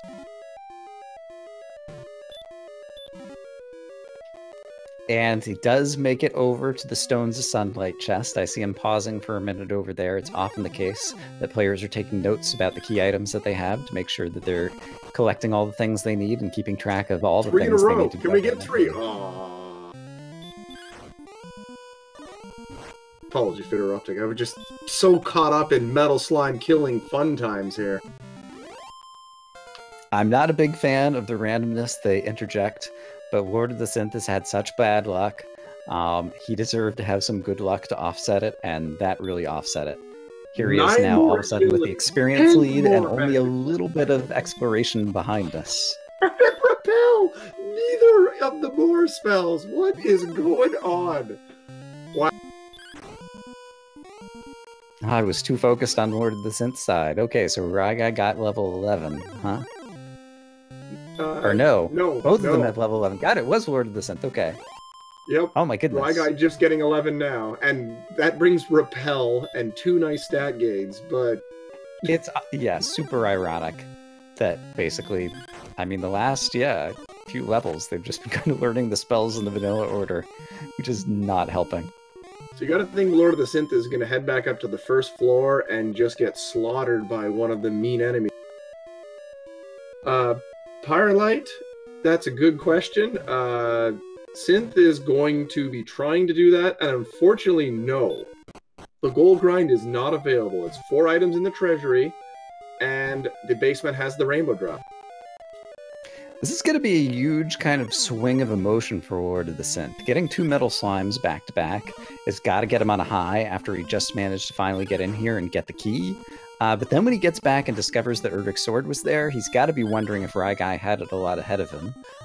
So, yeah, it'd be interesting to see what's going on in his headspace. I see Ryguy is finally going back to the Hawk's Nest. Finally. Man, we had a slog for a little while, and then all of a sudden this race turned super interesting. It's been an interesting race. It's just been this teeter-totter of emotion waiting for the other shoe to drop, so to speak. Yeah, it had been a little bit slow in my opinion, but all of a sudden it's gotten much more exciting. It's an Axe Knight. If he'd come in here like 30 minutes ago and damage raced it, and it's the armor, oh my goodness.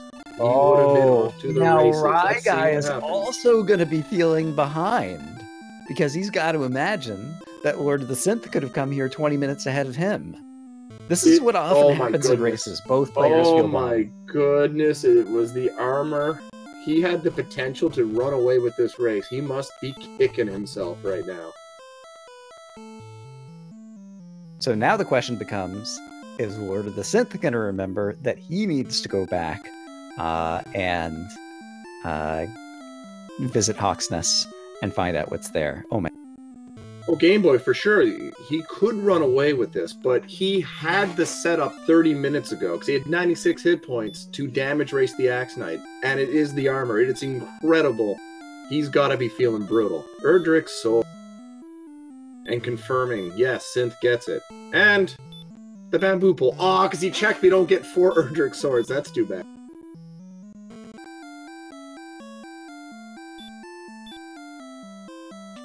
All right, so Lord of the Synth has the ambiguous news. He's gotten the Erdrick sword, but he also realizes there's not a gold grind, and he was still hoping to get a whole bunch of better armor that's available for sale in Breckenry, but only to those who have the gold to pay for it.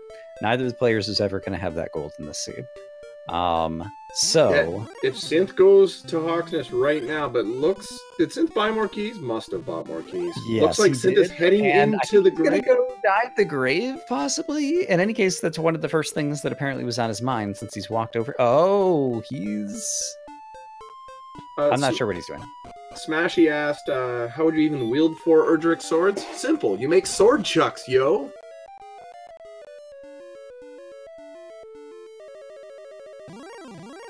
At least I understand the joke this time. It completely sailed by me last time. Like a lawnmower in the wind. Now, unfortunately, we know in the grave, the blue dragon resides here. And if, Lord of the Synth runs up against one of those, well, his agility is 63 right now. That actually makes him a favorite to be able to run. Synth has seen both cursed belts, but may not have put 2 and 2 together that all 3 search spots are in play. Yeah, good point. So the only thing that he could find down here at this point is the fighter's ring, and yeah, there's no point in diving the grave, really, is there? The token has to be on the map. The only reason I suggested earlier as pointed up by Future Sight there would be nothing valuable down here except maybe the fighter's ring. We know it's not. Might have been just a mid-range enemy set to beat on. Ryguy could have been using that as a way to level up earlier since so many vicious things. Lord of the Synth had the chest glitch and got the first cursed belt so much earlier, he might have forgotten about. Okay, I think he just reasoned it out because after getting the 4th chest, he just decided to go back home. DePaul Dog Cole has not been found yet. So yeah, we know Hawksness has the armor. We know the coordinates, and both players have gotten the coordinates, I think, a while ago. But unfortunately, they're either on the second continent or in some incredibly uncountable spot. I don't think either player has seen who's guarding the swamp cave and the princess. Not as of yet, I don't believe. It looks... Okay, and Synth is heading towards Hawksness. Let's see if Synth will stop in and try to take out the Guardian there or not.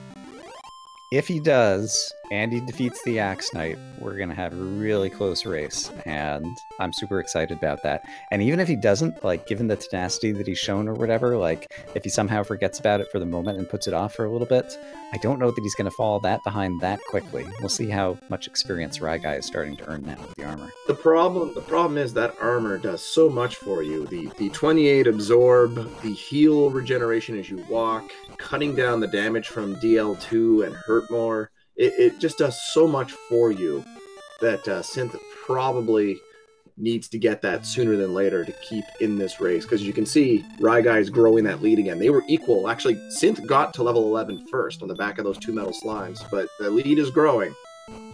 Yeah, and Synth just got sent back to the castle by a red dragon, and I think after he was walking past Hawks.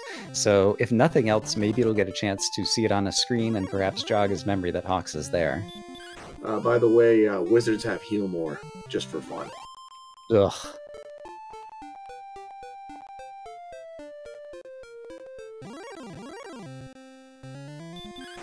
And I wonder if Ryguy's trying to locate that landmark, the mountains that were near that little area to the east. Remember, he looked across the water when he was counting, or did something briefly.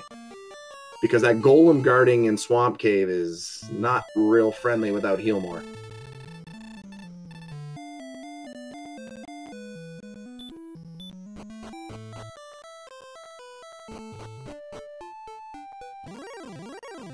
Wow, killing a Drakey Ryguy. That's an interesting call at this point. I don't know if that 3 experience is really gonna, help at this point.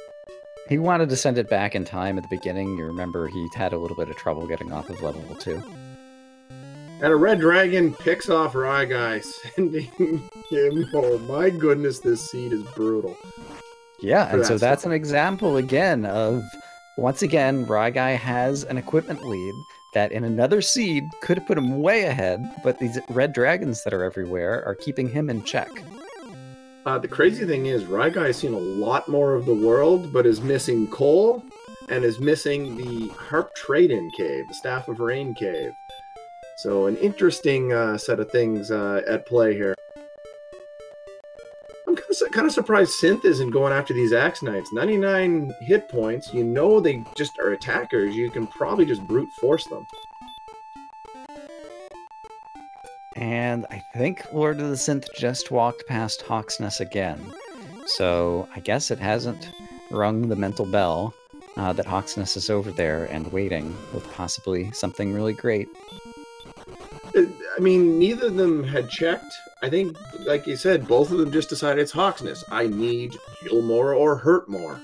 But you figured with the sword and a lot of hit points, you've got to go for it. You have to. And stop spell. Yeah. I mean, you've got every spell but the 2 mores. Yeah. As Smashy, I think, said earlier in the chat, quoth the Raven, nevermore, is a good summary of this seed. So, here's a fun little game for you in chat. Predict at what level they will see heal more and at what level they will see hurt more. I'm thinking they see heal more at 13, hurt more at 14. I'm going to say they're both coming at 12, because I want to be nice.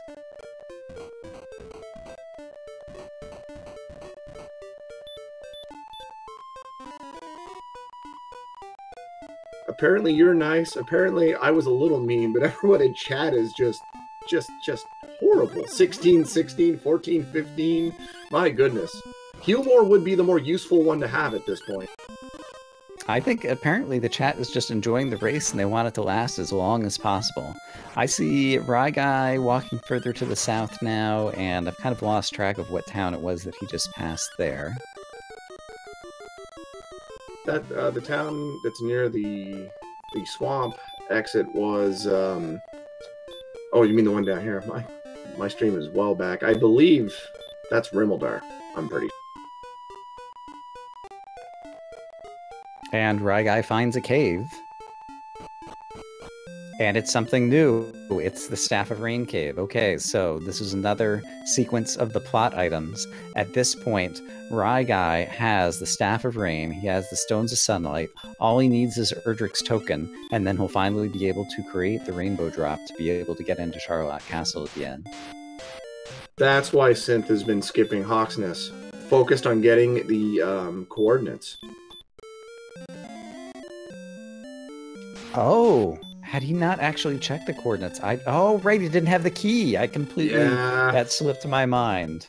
Yeah, obviously this is the first thing on his mind because he had it on his mental checklist from way back in the beginning when he first found Cantland. When I get keys, come back here. Wizards are overall pretty free, it's just that heal more is annoying. It appears Ryguy's not going to try to brute force it, instead just get out of there.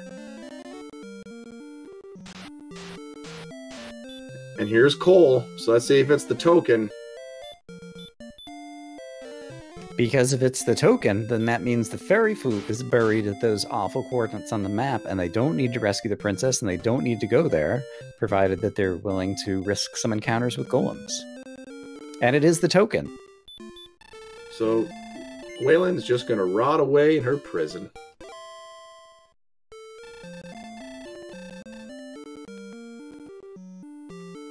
So Ryguy is remembering that the jerk is right underneath Tanagal Castle. He's going to buy some more keys along the way. He's going to go trade in the 3 items, the Staff, Rain, Stones of Sunlight, and Erdrick's Token to get the Rainbow Drop. And now if he wants to, he could go into Charlotte Castle. What does he want to do? If you were Ryguy right now, what's your next play, brisulph? I grind in Hawksnest. It's near the castle. Charlock's so far away. You just grind on those Axe Knights till you get heal more or hurt more, and then you make your decision from there. I think that makes sense, yeah, and if hurt more comes first, then obviously you can just keep grinding those axes. And unfortunately, Synth is headed south from Catlin, not heading back to Hawksnest, and this right here is not looking real good for Synth. So yeah, it's ironic. Ryguy kind of made the mistake of forgetting about Hawksnest for a while that allowed Lord-of-the-Synth to catch up, but now Lord-of-the-Synth is effectively making that same mistake, not going back and checking Hawksnest, and now he's falling behind again. The big thing I'd say for Synth probably feels behind and needs to get exploring. Probably is the feeling.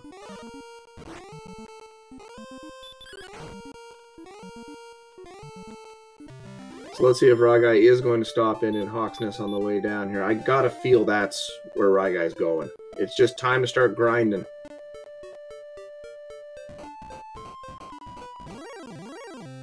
And indeed, into Hawksnest goes Ryguy. And I see that on our tracker, Ryguy has the Fighter's Ring equipped. Can you remember where the Fighter's Ring was located? I don't remember. I believe it was in Garrenham. Ah, right, the back of Garrenham, and I guess Lord-of-the-Synth still hadn't made it through the mountain cave to find Garrenham yet, but it looks like he's headed there now. So the first Axe Knight kill here will yield level 12. So we'll see if one of the more spells want to show up.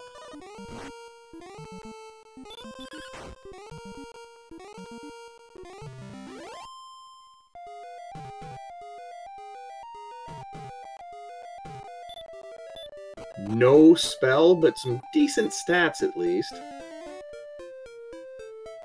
And so it looks like Ryguy is just going to continue wailing on this Axe Knight, which makes sense right now, given all the choices. This is definitely the closest grind, and it's one of the few Charlock tier enemies that he should be able to kill reliably. I'm trying to remember if Synth had seen Garrenham before and would be thinking I need to take keys there and check him back. And thankfully, Synth doesn't get killed just outside of town for the umpteenth time. Yeah, that would have been awful if it was another death one step away from the town again. All right, he's going to see... go ahead. I was going to say he's going to see what's there, but judging by the pause, I believe mapping, Synth has not seen this town as of yet. Agreed. Yeah, he paused at the town. It seems like he was doing some note-taking. He's going to discover that there's a key and gold here, and so he's definitely going to go back and buy that large shield. And yeah, I guess that's the only other thing. Again, he was in the exact same position that Ryguy was in, where there isn't half plate or full plate here.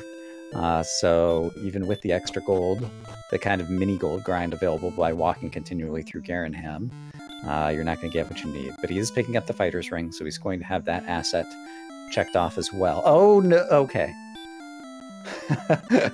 I saw him menu over to the Cursed Belt for a minute, and it was choosing the item to drop. I thought he was choosing to equip it, and I was having a panic.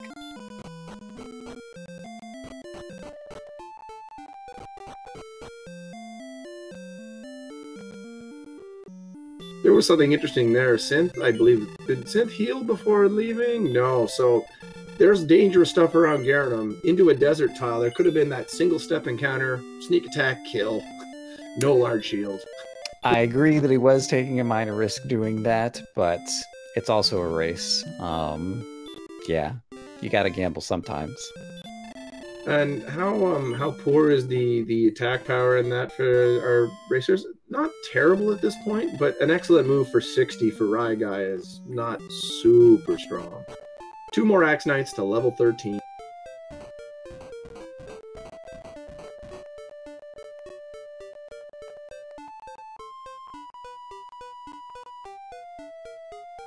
So assuming that this... Oh, excellent move to open. Oh, there we go. Let's see what 13's going to bring. Oh, sorry, it's one more. My bad. I'm a little early on my... Oh, they missed it by 14. My apologies.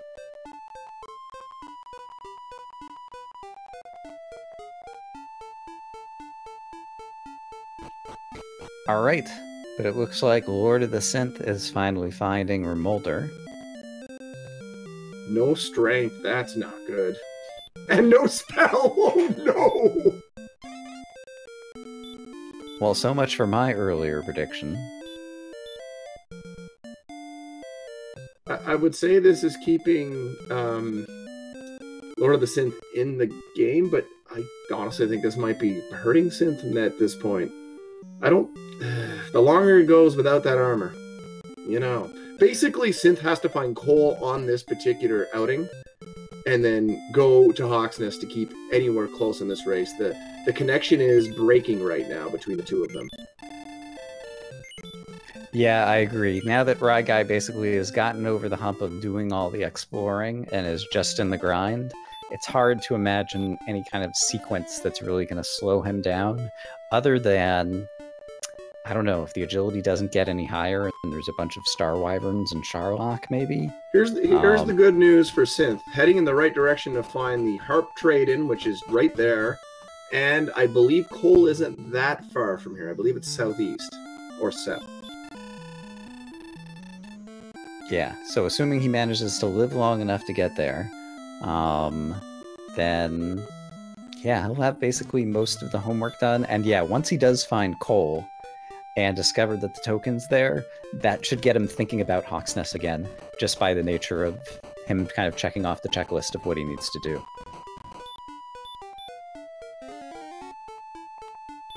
There's Cole right there on the map. Can Synth get there? The experience for 14 is something around 5,700, I believe. 5625 according to chat, so yeah. A little bit to go. And Lord of the Synth does make it to Cole, so he's going to pick up the token. And now he does have the coordinates, but hopefully he's also going to still remember that he knows where Hawksnest is. Hawksnest is going to be close by, and so if he goes there next, he's going to pick up the armor and basically get into the same just about position that Ryguy's in, but unfortunately behind by, looks like, over 2,000 experience now. It was about a 400 experience gap when Ryguy started this grind, so it's growing pretty quickly here. Synth is going to have to get back, get that armor, start the grind, and then it's probably going to be up to RNG and Charlock. And as we know, there are a lot of mean things waiting in Charlock, because they're on the overworld too. That's right. So Star Wyverns have the Wombo combo. They have both Sleep and Dragon Lord 2 Breath. Blue Dragons also have Dragon Lord 2 Breath. And I don't remember if any of the other enemies had special abilities. I don't think we've seen a green dragon yet either. Yeah, we have not seen a green yet, but a lot of them just are hard hitters. They don't have time-wasting spells like Stop Spell or Hurt. No Baby Breath on those guys. Like the only one that had Baby Breath is the Wizard. Otherwise, everyone's just throwing Haymaker. But yeah, given that both players have the same builds and will have the same equipment then going into Charlock, I think one of the only ways, other than kind of Charlock RNG, that Lord of the Synth could possibly catch back up, is if, when it finally comes time to dive Charlock, it's one of those just on the borderline levels, and due to reasons that we described before, Ryguy might feel like he's behind, and so he decides to press on a borderline dive into Charlock and comes up short at the Dragon Lord. For sure, and level 14 will be coming up off of the next Axe Knight, if Ryguy can get it done with probably about 70 hit points. 67, even worse. I got herbs, though. Good call. Use them. And thankfully, Lord of the Synth is headed into Hawksnest, so he's on the right path. Assuming he beats this first Axe Knight, which is going to be the only Axe Knight that's going to be difficult to beat, he should be kind of home free into the grind and grow after that, with just a brief stop back underneath Tanagel Castle in order to assemble the Rainbow Drop. And for those who had it in the pool, at the almost 97-minute mark, we saw our first skeleton of the seed.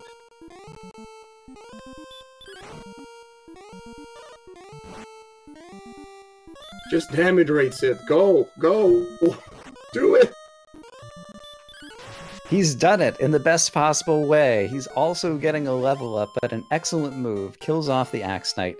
He needs to make sure that he remembers to search the tile. I've done this before. Get a level up, you get excited at the stats, and you forget to search the tile to actually pick up the item. But he does remember to go and search. He picks up Erdrick's armor, and now he knows basically he has all the things. He doesn't need to worry about those coordinates. He just needs to grind.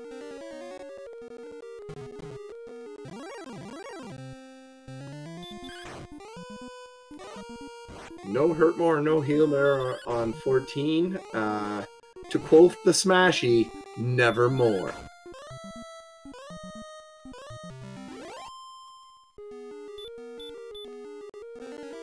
The GPS item by process of elimination is the Fairy Flute. It would require a Princess Rescue or a heck of a good count. I don't see either one going for the Fairy Flute.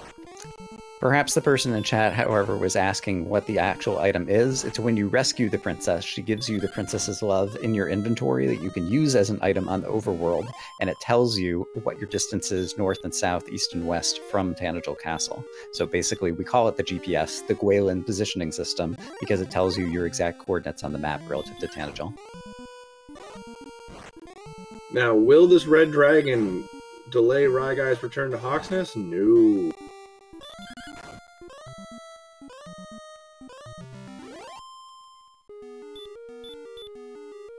Would it be quicker to walk over to Cantland and refill? My hunch is no, because then you also have to walk back, and there are some scary enemies in between, so I feel like death warping out of here is probably best, but I haven't thought deeply about it. That's just kind of my gut feel.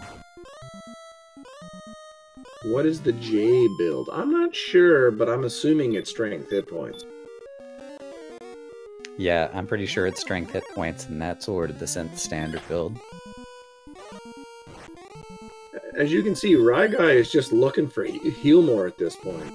Hurt more is irrelevant to his interest. He just wants heal more and some more strength. And agility would be nice, of course. Yeah, looking over at the stats, it's funny because back at, I think, level 8, they already had some ridiculous number, like 90 hit points or something, and hit points have really kind of slowed down since then. It looked like it was going to be absolutely certain as a Death Necklace seed earlier in the race. Now, they're only at 112. They need to get up to at least 129 before you would surely want to put on the Death Necklace, and with low agility, you might not even want to do it that low. So we'll just have to see how the levels finally give them. I love that the game trolled Ryguy with a droll stepping off of the spike spot. Why you do that, game? I remember, it was a few weeks ago now, but there was a seed where I was grinding Armored Knights, and when I stepped off the tile to fight the Armored Knight, I got another Armored Knight, and then I stepped back on the tile to fight the Armored Knight, and then I stepped off again and got another Armored Knight, and so I got 5 Armored Knights in a row. That is some next level grinding right there. DH Stom, the only extra flag they're playing with outside of Standard is Scared Metal Slimes, which had an effect earlier where they both would have killed one otherwise. The Scared Metal Slime allows them to run when your character has less than 20 strength. We did have back-to-back Metal Slime kills by LordoftheSynth at one point to actually briefly retake the experience lead when they were getting to level 11. But otherwise, no, they're playing the Standard flags here. Which means they're going to have to dive all 7 basements of Sharlock, and once again, if you're just joining us, Star Wyverns have both Sleep and Dragonlord 2 Breath, and Blue Dragons have Dragonlord 2 Breath. And with currently, even on Ryguy's side, only 75 agility, they might struggle to run from a number of enemies, and so unless the agility gets a whole lot higher, which it might, once Hurtmore does come, they could always grind out an extra level if it comes out to be close. Although, once again, both players probably feel they're behind, so Ryguy might press once he finally gets the level that looks like he could finally win at Charlotte. City Improv, the closest town to Hawksness is Cantland. If I had to guess, it's probably 50 plus tiles to walk there. So yeah, I think the Death Warp is the better call, as Lorgon was laying out earlier. So there's desert in the way, lots of dangerous enemies. Out of And the way yeah, to it go. is, I think, probably, yeah, more than 50, like more than like 75 tiles from Tanagel to Hawksnest, but since it's only one way as opposed to two ways, I think it probably is a little bit shorter. And there's also dangerous tiles, obviously, coming down to Hawksnest the first time as well, going through the desert that had some Charlock tier enemies. So, Blywyn wizards have Heal More and Baby Breath. They're actually one of the few monsters in Charlock that aren't going to be throwing big damage. Because everyone's basically a physical fighter, or they have Dragonlord 2 Breath with them. Z-Man, AK-47s, and Red Dragons are both just straight physical dealers. So they are being pretty mean at the moment. Just because they're hitting really hard. and I see our tracker restreamer has put up the stats for the wizard. Apparently he's 75% heal more and 25% of that weak fire breath. Yeah, so that's an enemy that if they want to run, they could choose to do that. They want to try to fight, they're probably going to have a hard time unless they manage to be kind of in that sweet spot where they can get him in 2 shots.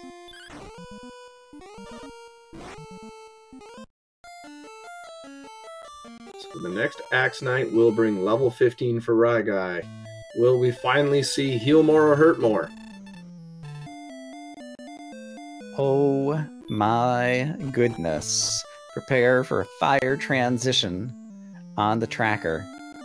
It's hurt more, and it's come with a friend. It's also heal more. Both of the spells finally came at 15-15. I don't remember if anyone guessed 15-15 when we were asking for the guesses a few levels ago.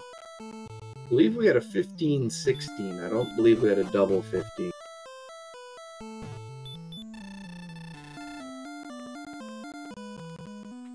Good move by Synth here, by the way. Picking up that rainbow drop. You don't want to forget it. I've done that before. I've done that too.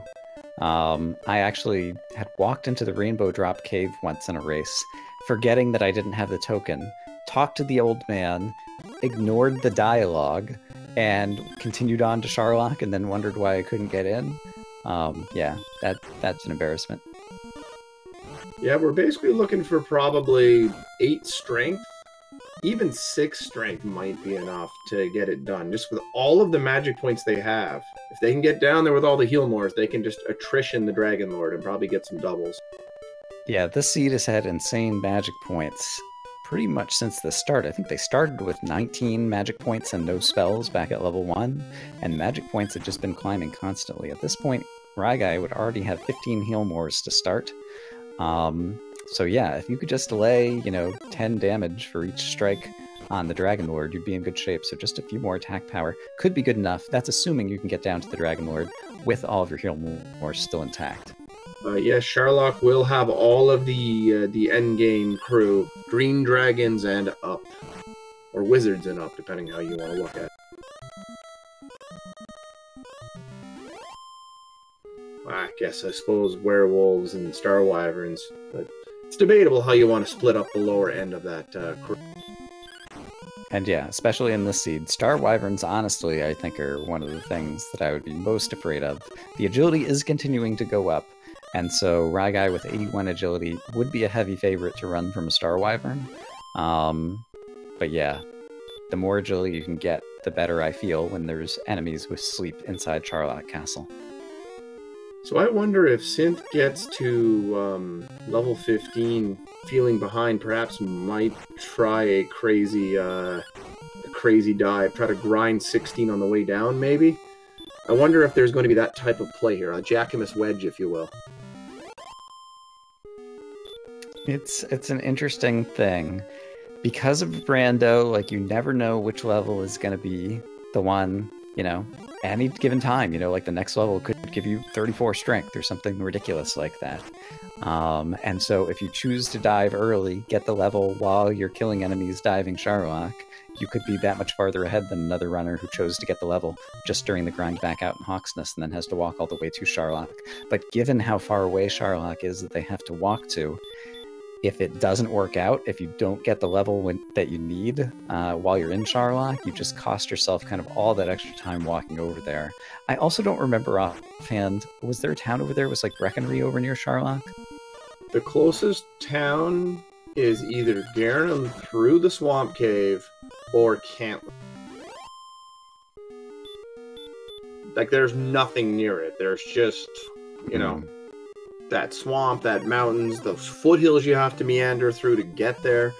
It is a very foreboding place to get to. Yeah, so that's also interesting because it effectively makes it kind of like there's one extra floor of Charlock, and that's the walk over there.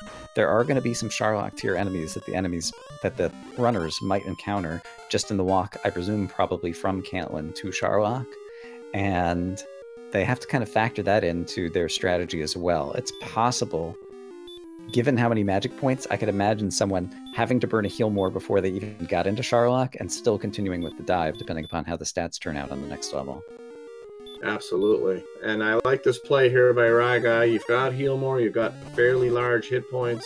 Just take this red dragon down. If you're going to go for the dive and try to go in, you're going to stop a Cantland on the way anyway to make sure you got your herbs, you got a torch, you can fill up, get repel on, you know, all that fun stuff. But it looks like 2 or 3 more Axe Knights, and he is going to have this next level. We'll get a chance to see what's at level 16. And indeed, he is just going to go take these out. This isn't a terrible idea. You can always fill up a Cantland on the way, or you could grind almost the whole way down, get, if 16 is not enough, get most of the way to 17, or get it, and then fill up a Cantland and go.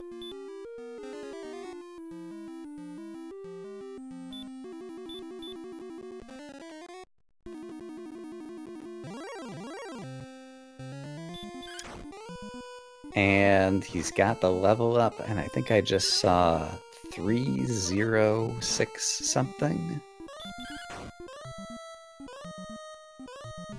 No strength. 3 agility, 6 hit points, 3 magic Oh, I misread it. It was 3 agility and no strength, as opposed to 3 strength and no agility. Well then, yeah, he definitely is going to be grinding another level here.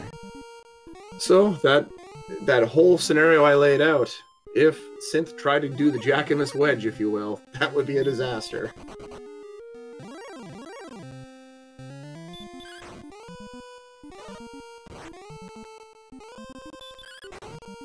That said, now that we have a Hurt More grind over on Ryguy's side, it's often the case that it's only going to take about 3 minutes for him to get the next level, which is going to come at 12,000 experience. And unless it's another level that's not giving any strength, there's actually a lot of other possibilities that come into play here now. Because if he were to get, for example, 9 more hit points, he could choose to fight the Dragon Lord with the Death Necklace to get that 10 attack power bonus. And at that point, he'd have another way that he could defeat the Dragon Lord, even if he doesn't get any more strength. So at this point, I have to imagine that 3 or 4 more strength or 10 hit points would be enough. And that agility gains that have gone on for Ryguy, they got the defense up to 82. Nothing will be defense broken on the dive, but this will just help take the bite out of the Dragon Lord attack, which will help for potentially getting doubles if the hit points don't come. Right, and yeah, I hadn't really thought that through. Yeah, they're not up to that kind of critical level of 86 defense points either, which means the Dragon Lord melee attack could deal more than 48, which means they might have to heal more often using Heal More, the spell. And it also means that doing 129 hit points in the Death Necklace might be ill-advised. You might want to have a few more hit points before you do it, or you might choose not to use the Death Necklace and instead just try to roll some double attacks where you can hit the Dragon Lord twice in a row before you actually have to do another Heal More. Yeah, there's a lot of math that goes into doing the calculations of whether you're going to be ready to fight the Dragon Lord. All that said, the calculations could go out the window depending upon what enemies we actually see in Charlock. So something that Synth is doing here is a mistake that I used to make quite a bit when I first started in particular. Using heal and getting close to the max HP, and then taking extra steps to try to get a few extra hit points. Those extra 2 or 4 hit points aren't going to make a difference, and as you saw, got an encounter. Delaying the grind here. Better just to get in there, get that Axe Knight. You got to be as efficient as you can when you're grinding like this. Right, the one possible exception, and we're getting really into nitty-gritty details, is if you've seen the enemies that are in Hawksnest, and you know that, there's a Star Wyvern or a werewolf or someone else who's also good to hurt more, as the likely encounters that you're going to get on the tiles, in which case, getting the extra encounter isn't going to slow you down. And that there's a thought too. Synth could try a big Swagmore win potentially, depending on the strength isn't coming, this isn't coming. You know, when do I go for it? Maybe you get to 16 and you still see you're short with that strength. Who knows? I feel like unless you... It's really impossible to be certain that you're that far behind that you need to go for such a desperation play. The one time that I do think I could see myself doing it is in one of those cases where you make a reasonable call to try to get the last level in Charlock. You're diving down, the level comes up short anyway, but at this point you've already walked, say, 2/3 or, you know, almost all the way. Then, since you're almost all the way down there, just take your shot then and throw a hurt more and see if that 1 in 16 lands. But I can't imagine with Charlock so far away that he would be thinking about that right now. Here comes 17. And I missed it, so hopefully it'll pop up on the tracker here. Since mine's lagging a little, I can tell you. 15 hit points, 6 magic points, an MTI level if ever I saw one. But the Death Necklace is possible now, and I think Ryguy is going to go. Yeah, with 15 hit points, that puts him at 135. I think that means he's going to have 99 even after losing the 25% of his hit points for fighting the Dragon Lord. His defense power is still 82, so the Dragon Lord could hit him for 49. If he gets really unlucky, that could have some bad things, but the magic points of 133. When was the last time you saw 133 magic points going into a Dragon Lord fight? It's obscene, and on that level, the hit points were enough to get the Death Necklace in play, but the two stats Ryguy really wanted to see there, strength and agility, double goose-egged. Unreal. And hey, we've got fire on Synth's side of the ledger here. Hooray, he finally got his level 15 and his hurt more and heal more. That's going to speed up his grind. He knows that he still has ways to go, so he's going to keep on fighting the Sax Knight. And meanwhile, with Ryguy, oh yeah, that agility. Like, I feel like it's got to be in the back of his mind that there's the possibility that the Star Wyvern is going to be on all the floors and he might get wombo comboed somewhere along the way. I think Ryguy must be doing some math right now, just trying to figure out where things stand. As for his Lord of the Synth way behind, yes, because of the delay of getting that key out of Mountain Cave, that's been the big pivotal moment in this race. But Charlock ain't free. Especially the agility 84 is decent, but you know, there's dangerous stuff. This is not over yet.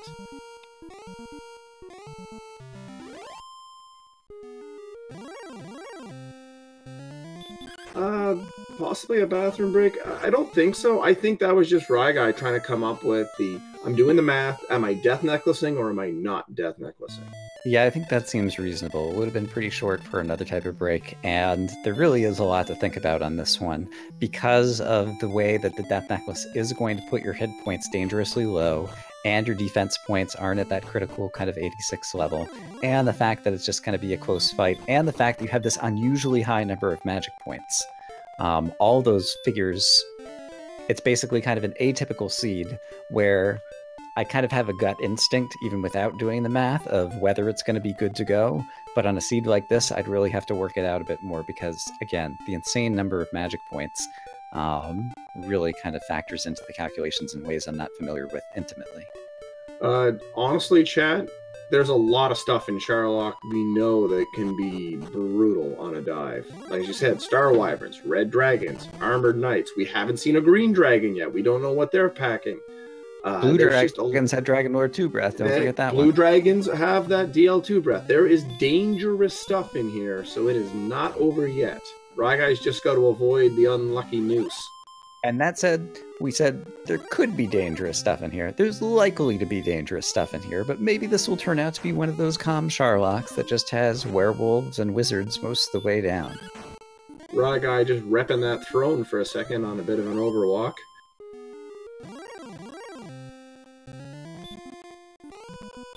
Well, there's definitely Star Wyverns. Ryguy manages to run, but that's one of the enemies that has a wombo combo. Yeah, sneak attack and the DL2 breath starts flying. That could be an issue. Here's the Green Dragon. What's he got? And yeah, the Green Dragon. So basically the two scariest possible things are the first two enemies that Ryguy sees. Because we don't know what the green dragon's got. We just don't know. And it's trying to show us what it's got, but Ryguy is escaping, and there's a run block from a wizard. But the wizard is not that dangerous. Yeah, if you're going to get run blocked by anybody, the wizard is just about the best possible choice. Well, Ryguy's choosing very well, because there's a second and third run block by a wizard.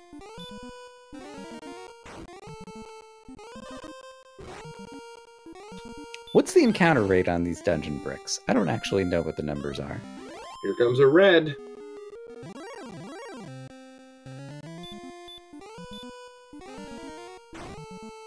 And now a blue. Oh boy, they are trying to make Ryguy sweat it.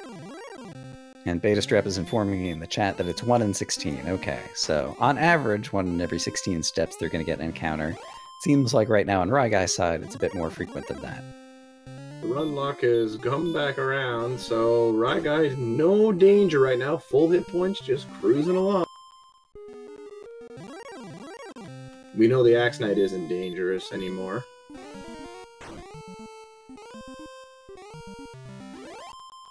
And Lord of the Synth is getting awfully close to level 16.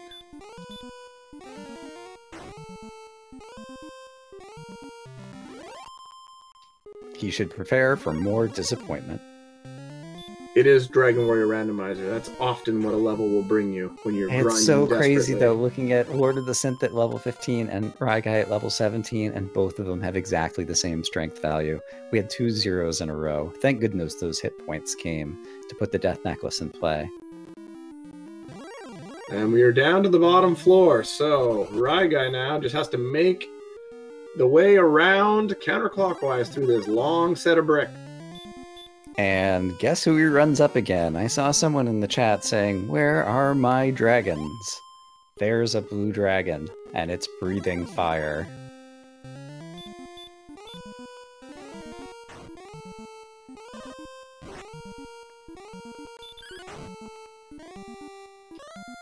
So I suppose with the Death Necklace, Ryguy has an attack power effectively of 132, which means he's going to average 12 against Dragon Lord 2, which means probably 14 swings ought to win it, which would only be 12 Healmores, and he currently has, my gosh, 16 of them going in. So he can afford to spend a few Healmores beforehand. So barring a disaster like a Star Wyvern Wombo combo here, How about a sneak attack blue dragon? that could do it as well, although that would just probably whittle down the Healmores a bit. But the lowest the hit points have been in the 50s, I believe. There's been no serious danger along the way here. Yeah, honestly, all things considering, he ran from a couple of Star Wyverns and Green Dragons. We still don't know what the Green Dragons have. I don't know if at this point our restreamer can pop that up on the screen. Yeah. And then the Blue Dragon on the bottom floor. Yeah, if there were only 3 scary enemies that he saw during the whole dive, you gotta feel like he's feeling really good at this point in terms of a Lucky Charlock. Blue dragon right before the Dragon Lord, but no dice. And it's time to feel the squeeze.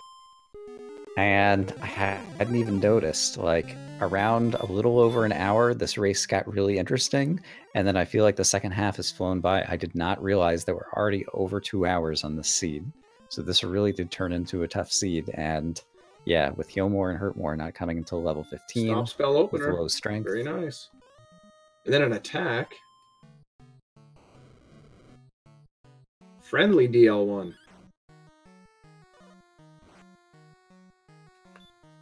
Yeah, and with all the extra Healmores that he has at this point. And a double to open, oh my goodness. Yeah, Tilo Tilo says it's guaranteed unless there's a miss menu, and I think I agree with that assessment. This Dragon Lord is going to be going down, and Ryguy is probably going to be the victor in his first round of the tournament here. The Paul Dog wants YOLO Hurtmores. I think right now Ryguy's just staring at the SRC and wondering, am I going to see that dot done as I'm fighting this Dragon Lord? Am I going to see it? That's pretty much where he would be at, right? Yeah, for those of you who tuned in late, Ryguy passed by Hawksness, which had the armor.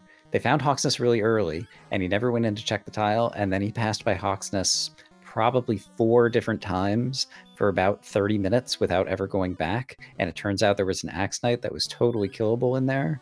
And so he went without the armor for a long time, and that really brought Lord of the Synth back into the race. And so as a result of that potential error, Ryguy definitely could imagine that he's behind and that he could be about to get sniped by his opponent, finishing just before him in this race. The only thing I'd argue with you said that he passed it by 4 times in 30 minutes. It could have been 34 times in 30 minutes with how many times they've all been getting slaughtered. Because remember, he was rocking chainmail and a small shield at that point. Right, and he had to run through the area with red dragons, armored knights, star wyverns, the wombo combo. Insane. Total number of deaths between the 2 runners in the seed, probably at least 80. Probably gonna have what, 4 or 3 Healmores left by the end of this. I honestly hadn't been keeping count because I agreed that it was a mortal lock. Yeah, I would guess 3 Healmores left at the end. What's a wombo combo? Wombo combo is Sleep and Dragon Lord 2 Breath. We saw 1 enemy with that, which was the Star Wyvern.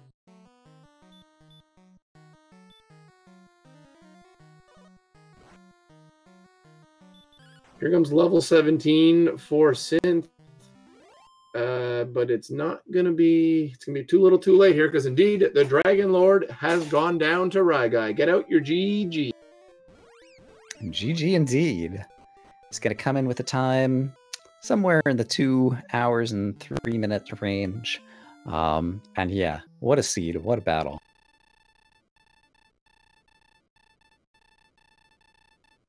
So Lord of the Synth is just probably heading to fill up a Catelyn right as that dot done is going to land. And it looks like it may have landed already.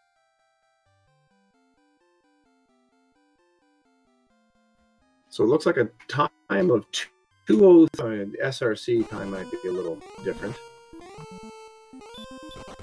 SRL, pardon me. Yeah, all right. And I guess we'll see if we get Ryguy in the chat to talk about this. But before that happens, just as a reminder, another hour from now, there's going to be another race here on RPG Limit Break. That's another one of the round 1 in the tournament. And so for those of you who've enjoyed this match, if you want to see some more, come back in another hour. There's going to be lots over the next few weeks. I definitely will be watching that race, but I will not be commentating, because this one wore me out. I couldn't imagine having played it. Just watching it was a tough thing to do at points. But highly entertaining.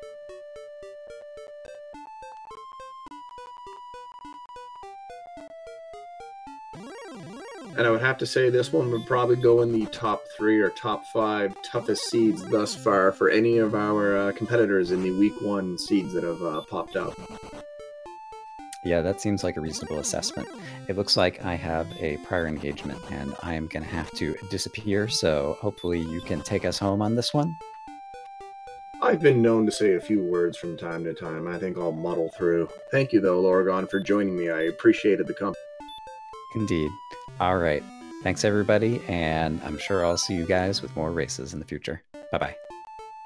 And be sure to follow Lorgon, and our tracker, and our restreamer, and me if you have the time to do that too. So as we see, Lord of the Synth now heading into Sharlock, running into a green dragon, just straight attack, so that's all we know for sure.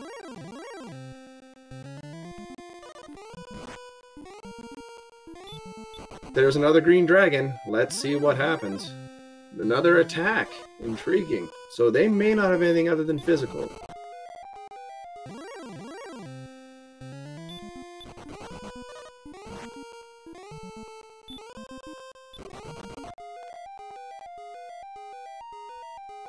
I'm just waiting to see if we're going to be joined by Ryguy. Might be taking a bathroom break or something of that nature. Lord of the Synth about to search and uncover the staircase behind the throne room, behind the throne, and going to make a dive using Radiant. All happy with that. I'm being told Ryguy is on the way. And these green dragons just keep sneak attacking Lord of the Synth. Ridiculous game. Ridiculous.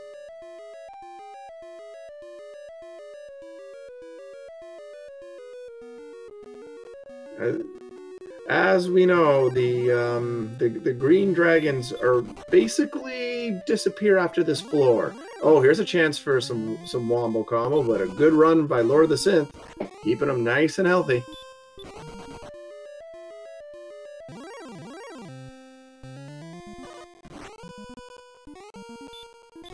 And joining me now in the commentary is Ryguy, the winner of this race. Congratulations to you, Ryguy. Thank you, thank you. That was something, I guess. That was something, all right. And I do have some questions, but I actually want to hold a few of those to see if Lord of the Synth will join us, because I want to ask both of you these questions. Very interesting seed, a lot of interesting occurrences. But yeah, you did a great job there getting down there. A lot of good run luck. You had much better run luck than Lord of the Synth is having. That is for sure. As Synth is now diving and making the way through the diamond floor as one of my dogs goes crazy upstairs. Yes, I have lots of questions too. I did get good run luck, but at the same time, I was pretty happy with the MP we ended up with. We had like 50 extra MP or something ridiculous like that to dive with, so I was prepared to use heal mores if I had to, but it was fun to take that much MP into the dragon. Absolutely. You ended up with 3 heal mores in reserve at the end of the fight with Dragonlord 2. One thing I noticed was you had great Dragonlord 1 luck, which was nice, and you got that double at the start. I mean, it was already guaranteed, but like that locked it in, for sure. Yeah, I was confused when I got the opening double. I didn't know that was a thing that was possible, but whatever. I had a lot of 8s, which were min rolls, so I figured I'd dive into the reserves a little more than I was hoping to, but it was fine. I had 3 left over, so. Oh, absolutely. You were in good shape, and you never got your hit points lower than, I think, 50-something on the dive. Some blue dragons and golems were being a little mean, but overall, everything was pretty free. Yeah, I didn't know the blue dragons had the DL2 breath until I got to, I think it was the bottom floor, so that was a fun little surprise. But I'm glad I avoided those star wyverns, because they could have caused trouble.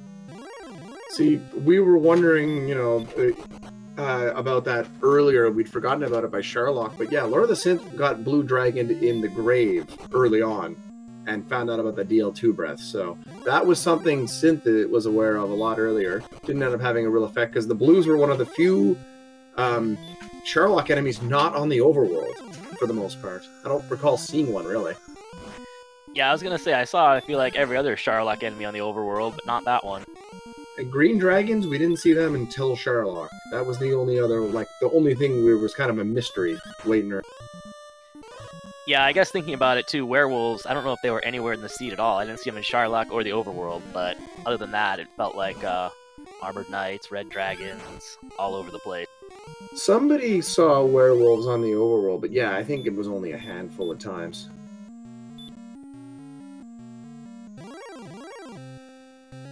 Alright, so let's see here. Synth is done now with the red dragon spike tile and just trying to get over to the Dragon Lord, getting ready to throw the death necklace on and make an attempt here. And with 15 heal mores, should be in good shape.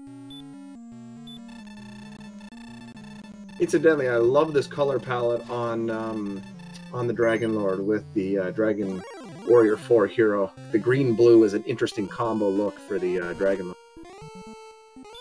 He's updated his fashion style, I like it.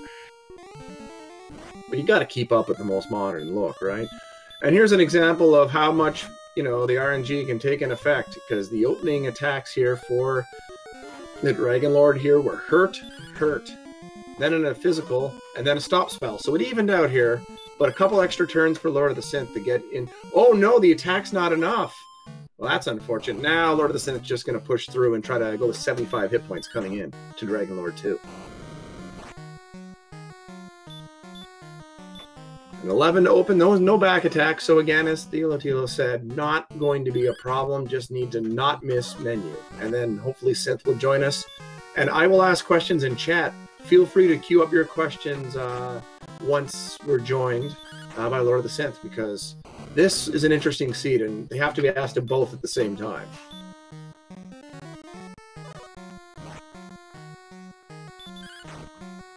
Pretty basic stuff here. Hit, heal, hit, heal. When you get in this type of range, the only thing that can really sink Lord of the Synth here would be possibly a bad heal more and some strong physicals. Because your defense was low enough that the physicals could deal a lot of damage.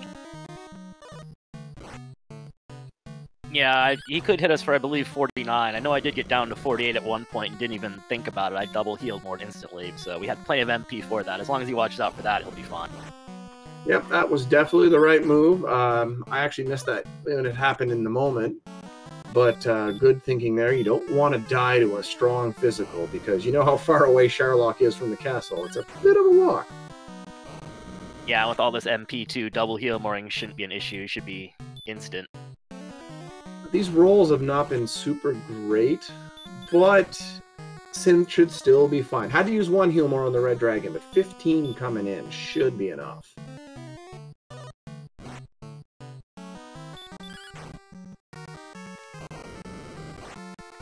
Six heal mores left now, and the Dragon Lord takes a solid 15 to the mush. And, yep, another heal, so down to 5 remaining now. As the physicals are all rolling in the 20s at the moment. There's another 15. Man, Synth is min-maxing this pretty good. Too bad it's for no avail. Still not going to get doubles.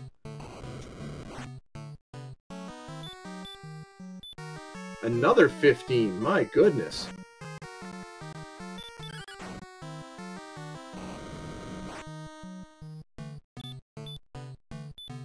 And then a 14. And a lot of fire here from the Dragon Lord, but that's almost, I'd say, preferred at this point. Because those physicals you just don't want to see in case they can roll really high. And there it is. 2 heal mores left in reserve. Lord of the Synth has taken out the Dragon Lord. Will be returning the Ball of Light. Get your GGs out. A fairly close race overall. Hopefully Synth will be joining us, and we can run down this seed real quick and cover some questions from myself as well as chat.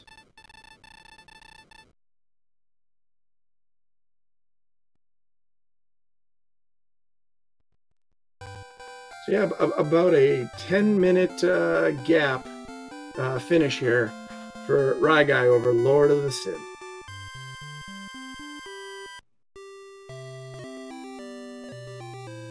I'm just waiting to see if CD Improv can confirm if we're going to be joined by Lord of the Synth or not, and if not, I will ask the questions of Ryguy and give a general rundown of this crazy seed.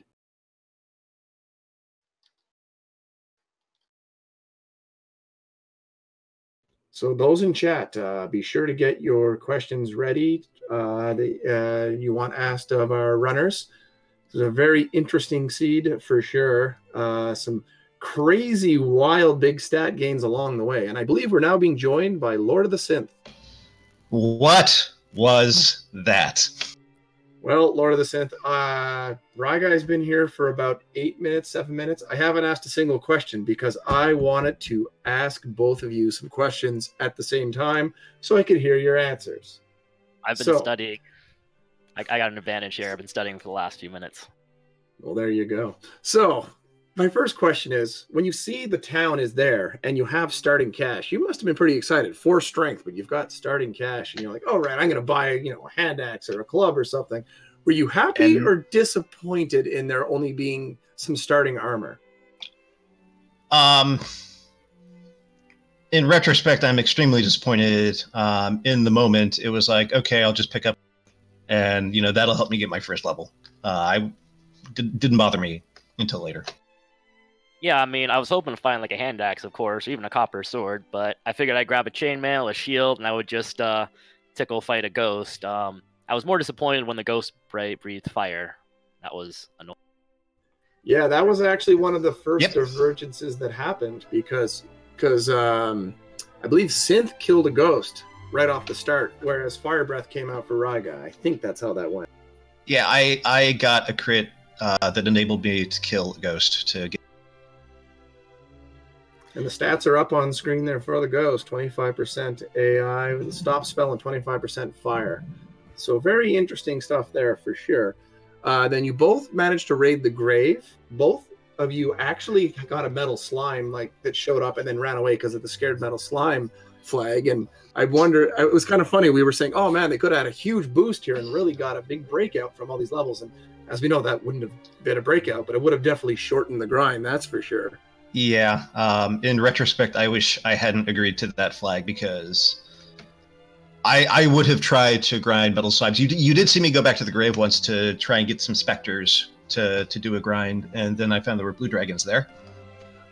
Speaking of those blue dragons, Ryguy did not know about the DL2 breath until the bottom floor, I believe, of Sherlock. Nice. Oh, that was fun. It was fine. We had enough heal mores, but it was still fun. Yeah, overall, the Sherlock luck was pretty good on that die for Ryguy, but we'll get to that because we've got to run this thing logically.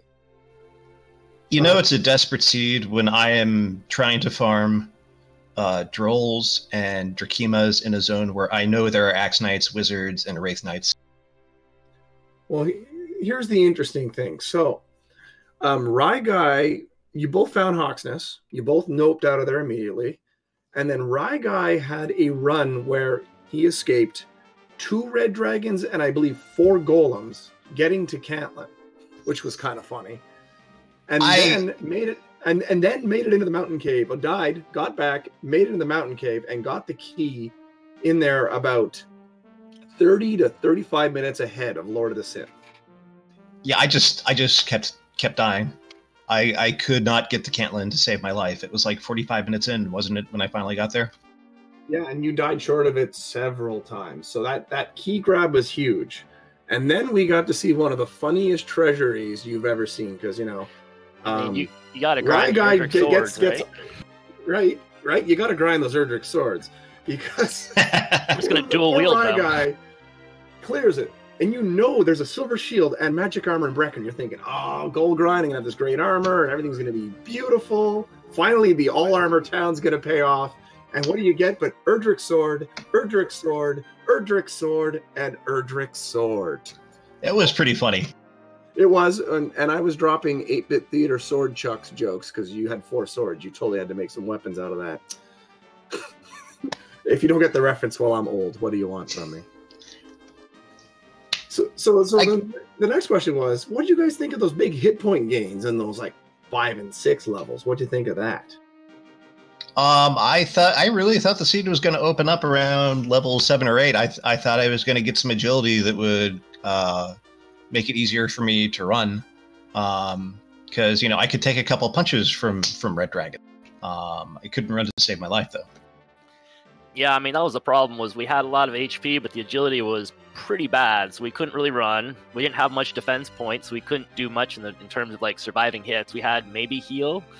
So, I mean, eventually got to the point where I could chip away at, like, a Wraith Knight, but... Yeah, I wiped so many times. I was kind of gun-shy about chipping away at Wraith Knights, and a little later Axe Knights. And how about that Axe Knight grind in Hawksness? Well, insult to injury to have to grind Axe Knights without heal more or hurt more.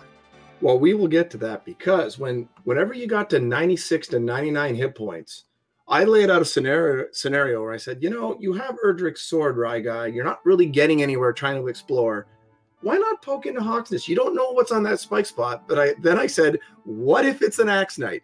What if it's guarding Erdrick's armor? This would open the seat up immensely, because you'd actually be able to explore, blunt some attacks, really get going.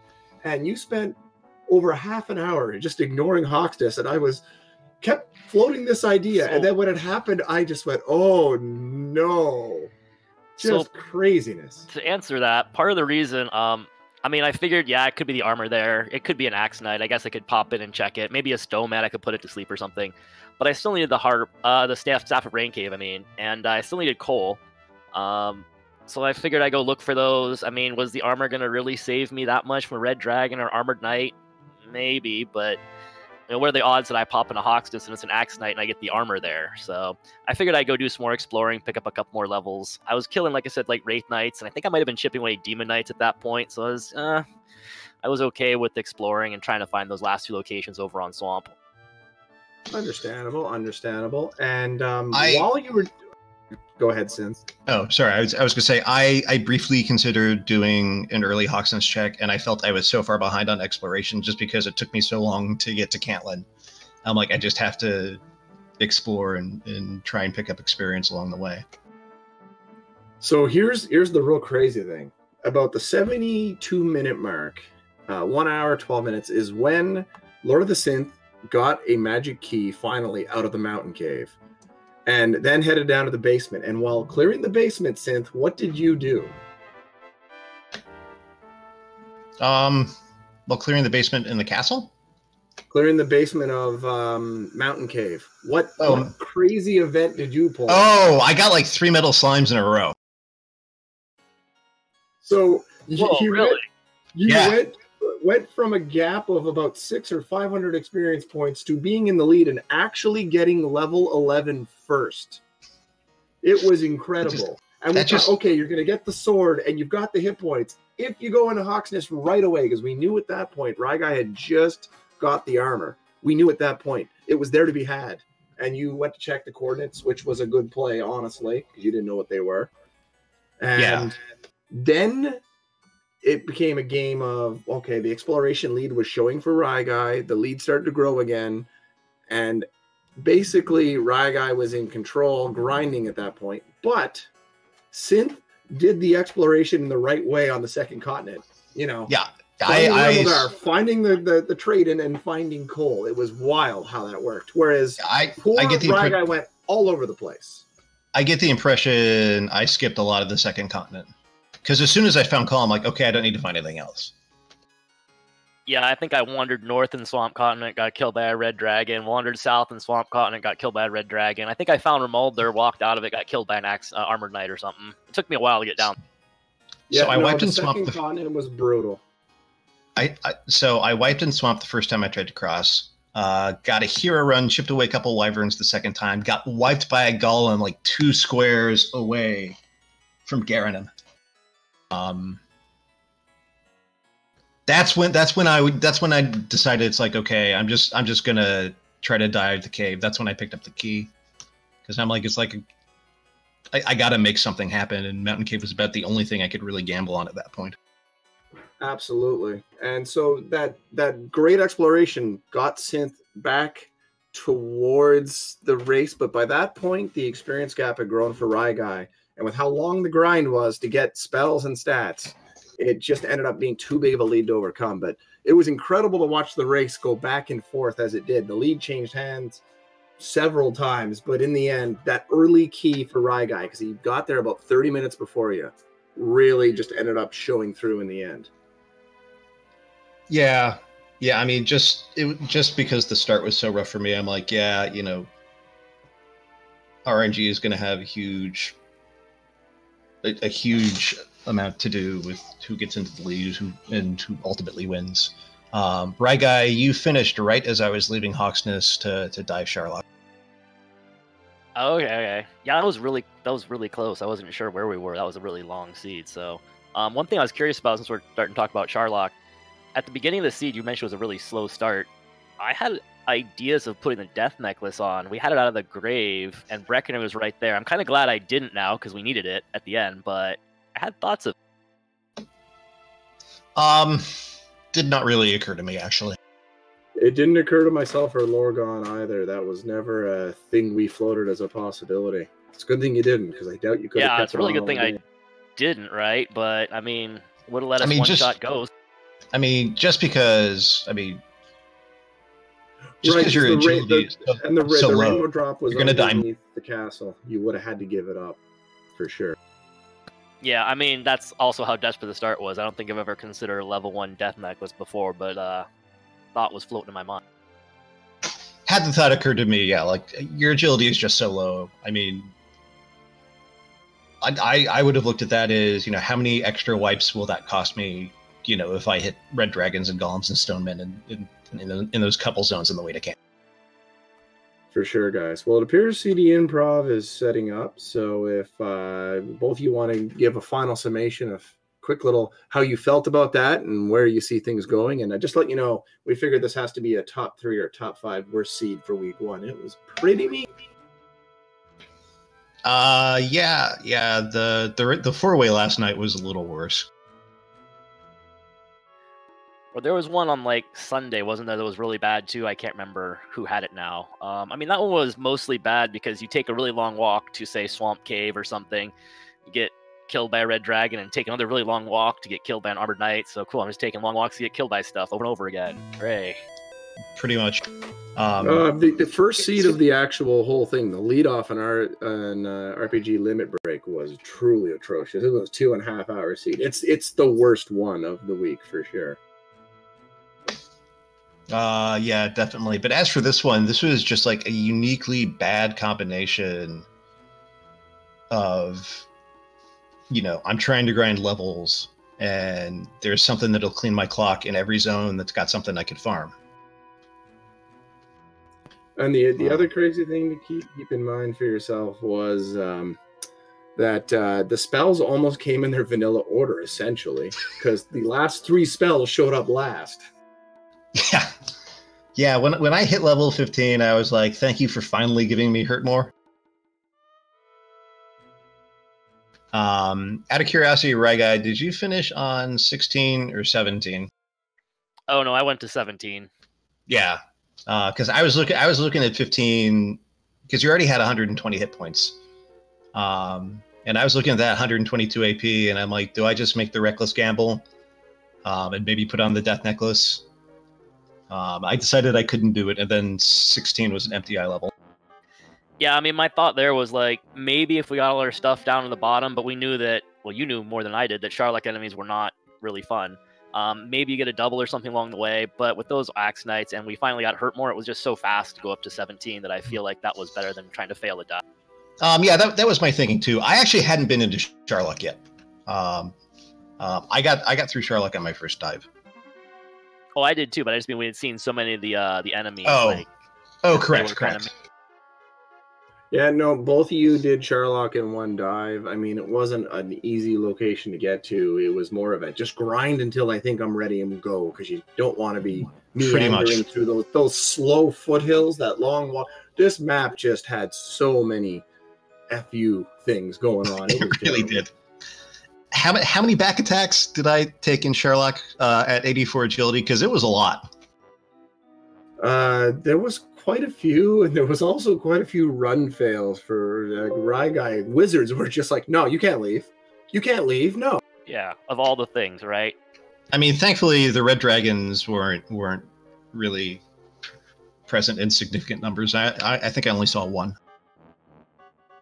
Yeah, it was funny because we were kind of hoping to see if the green was going to be the great X factor. They kept sneak attacking poor Synth, but all they did was attack, so they weren't too dangerous, thankfully.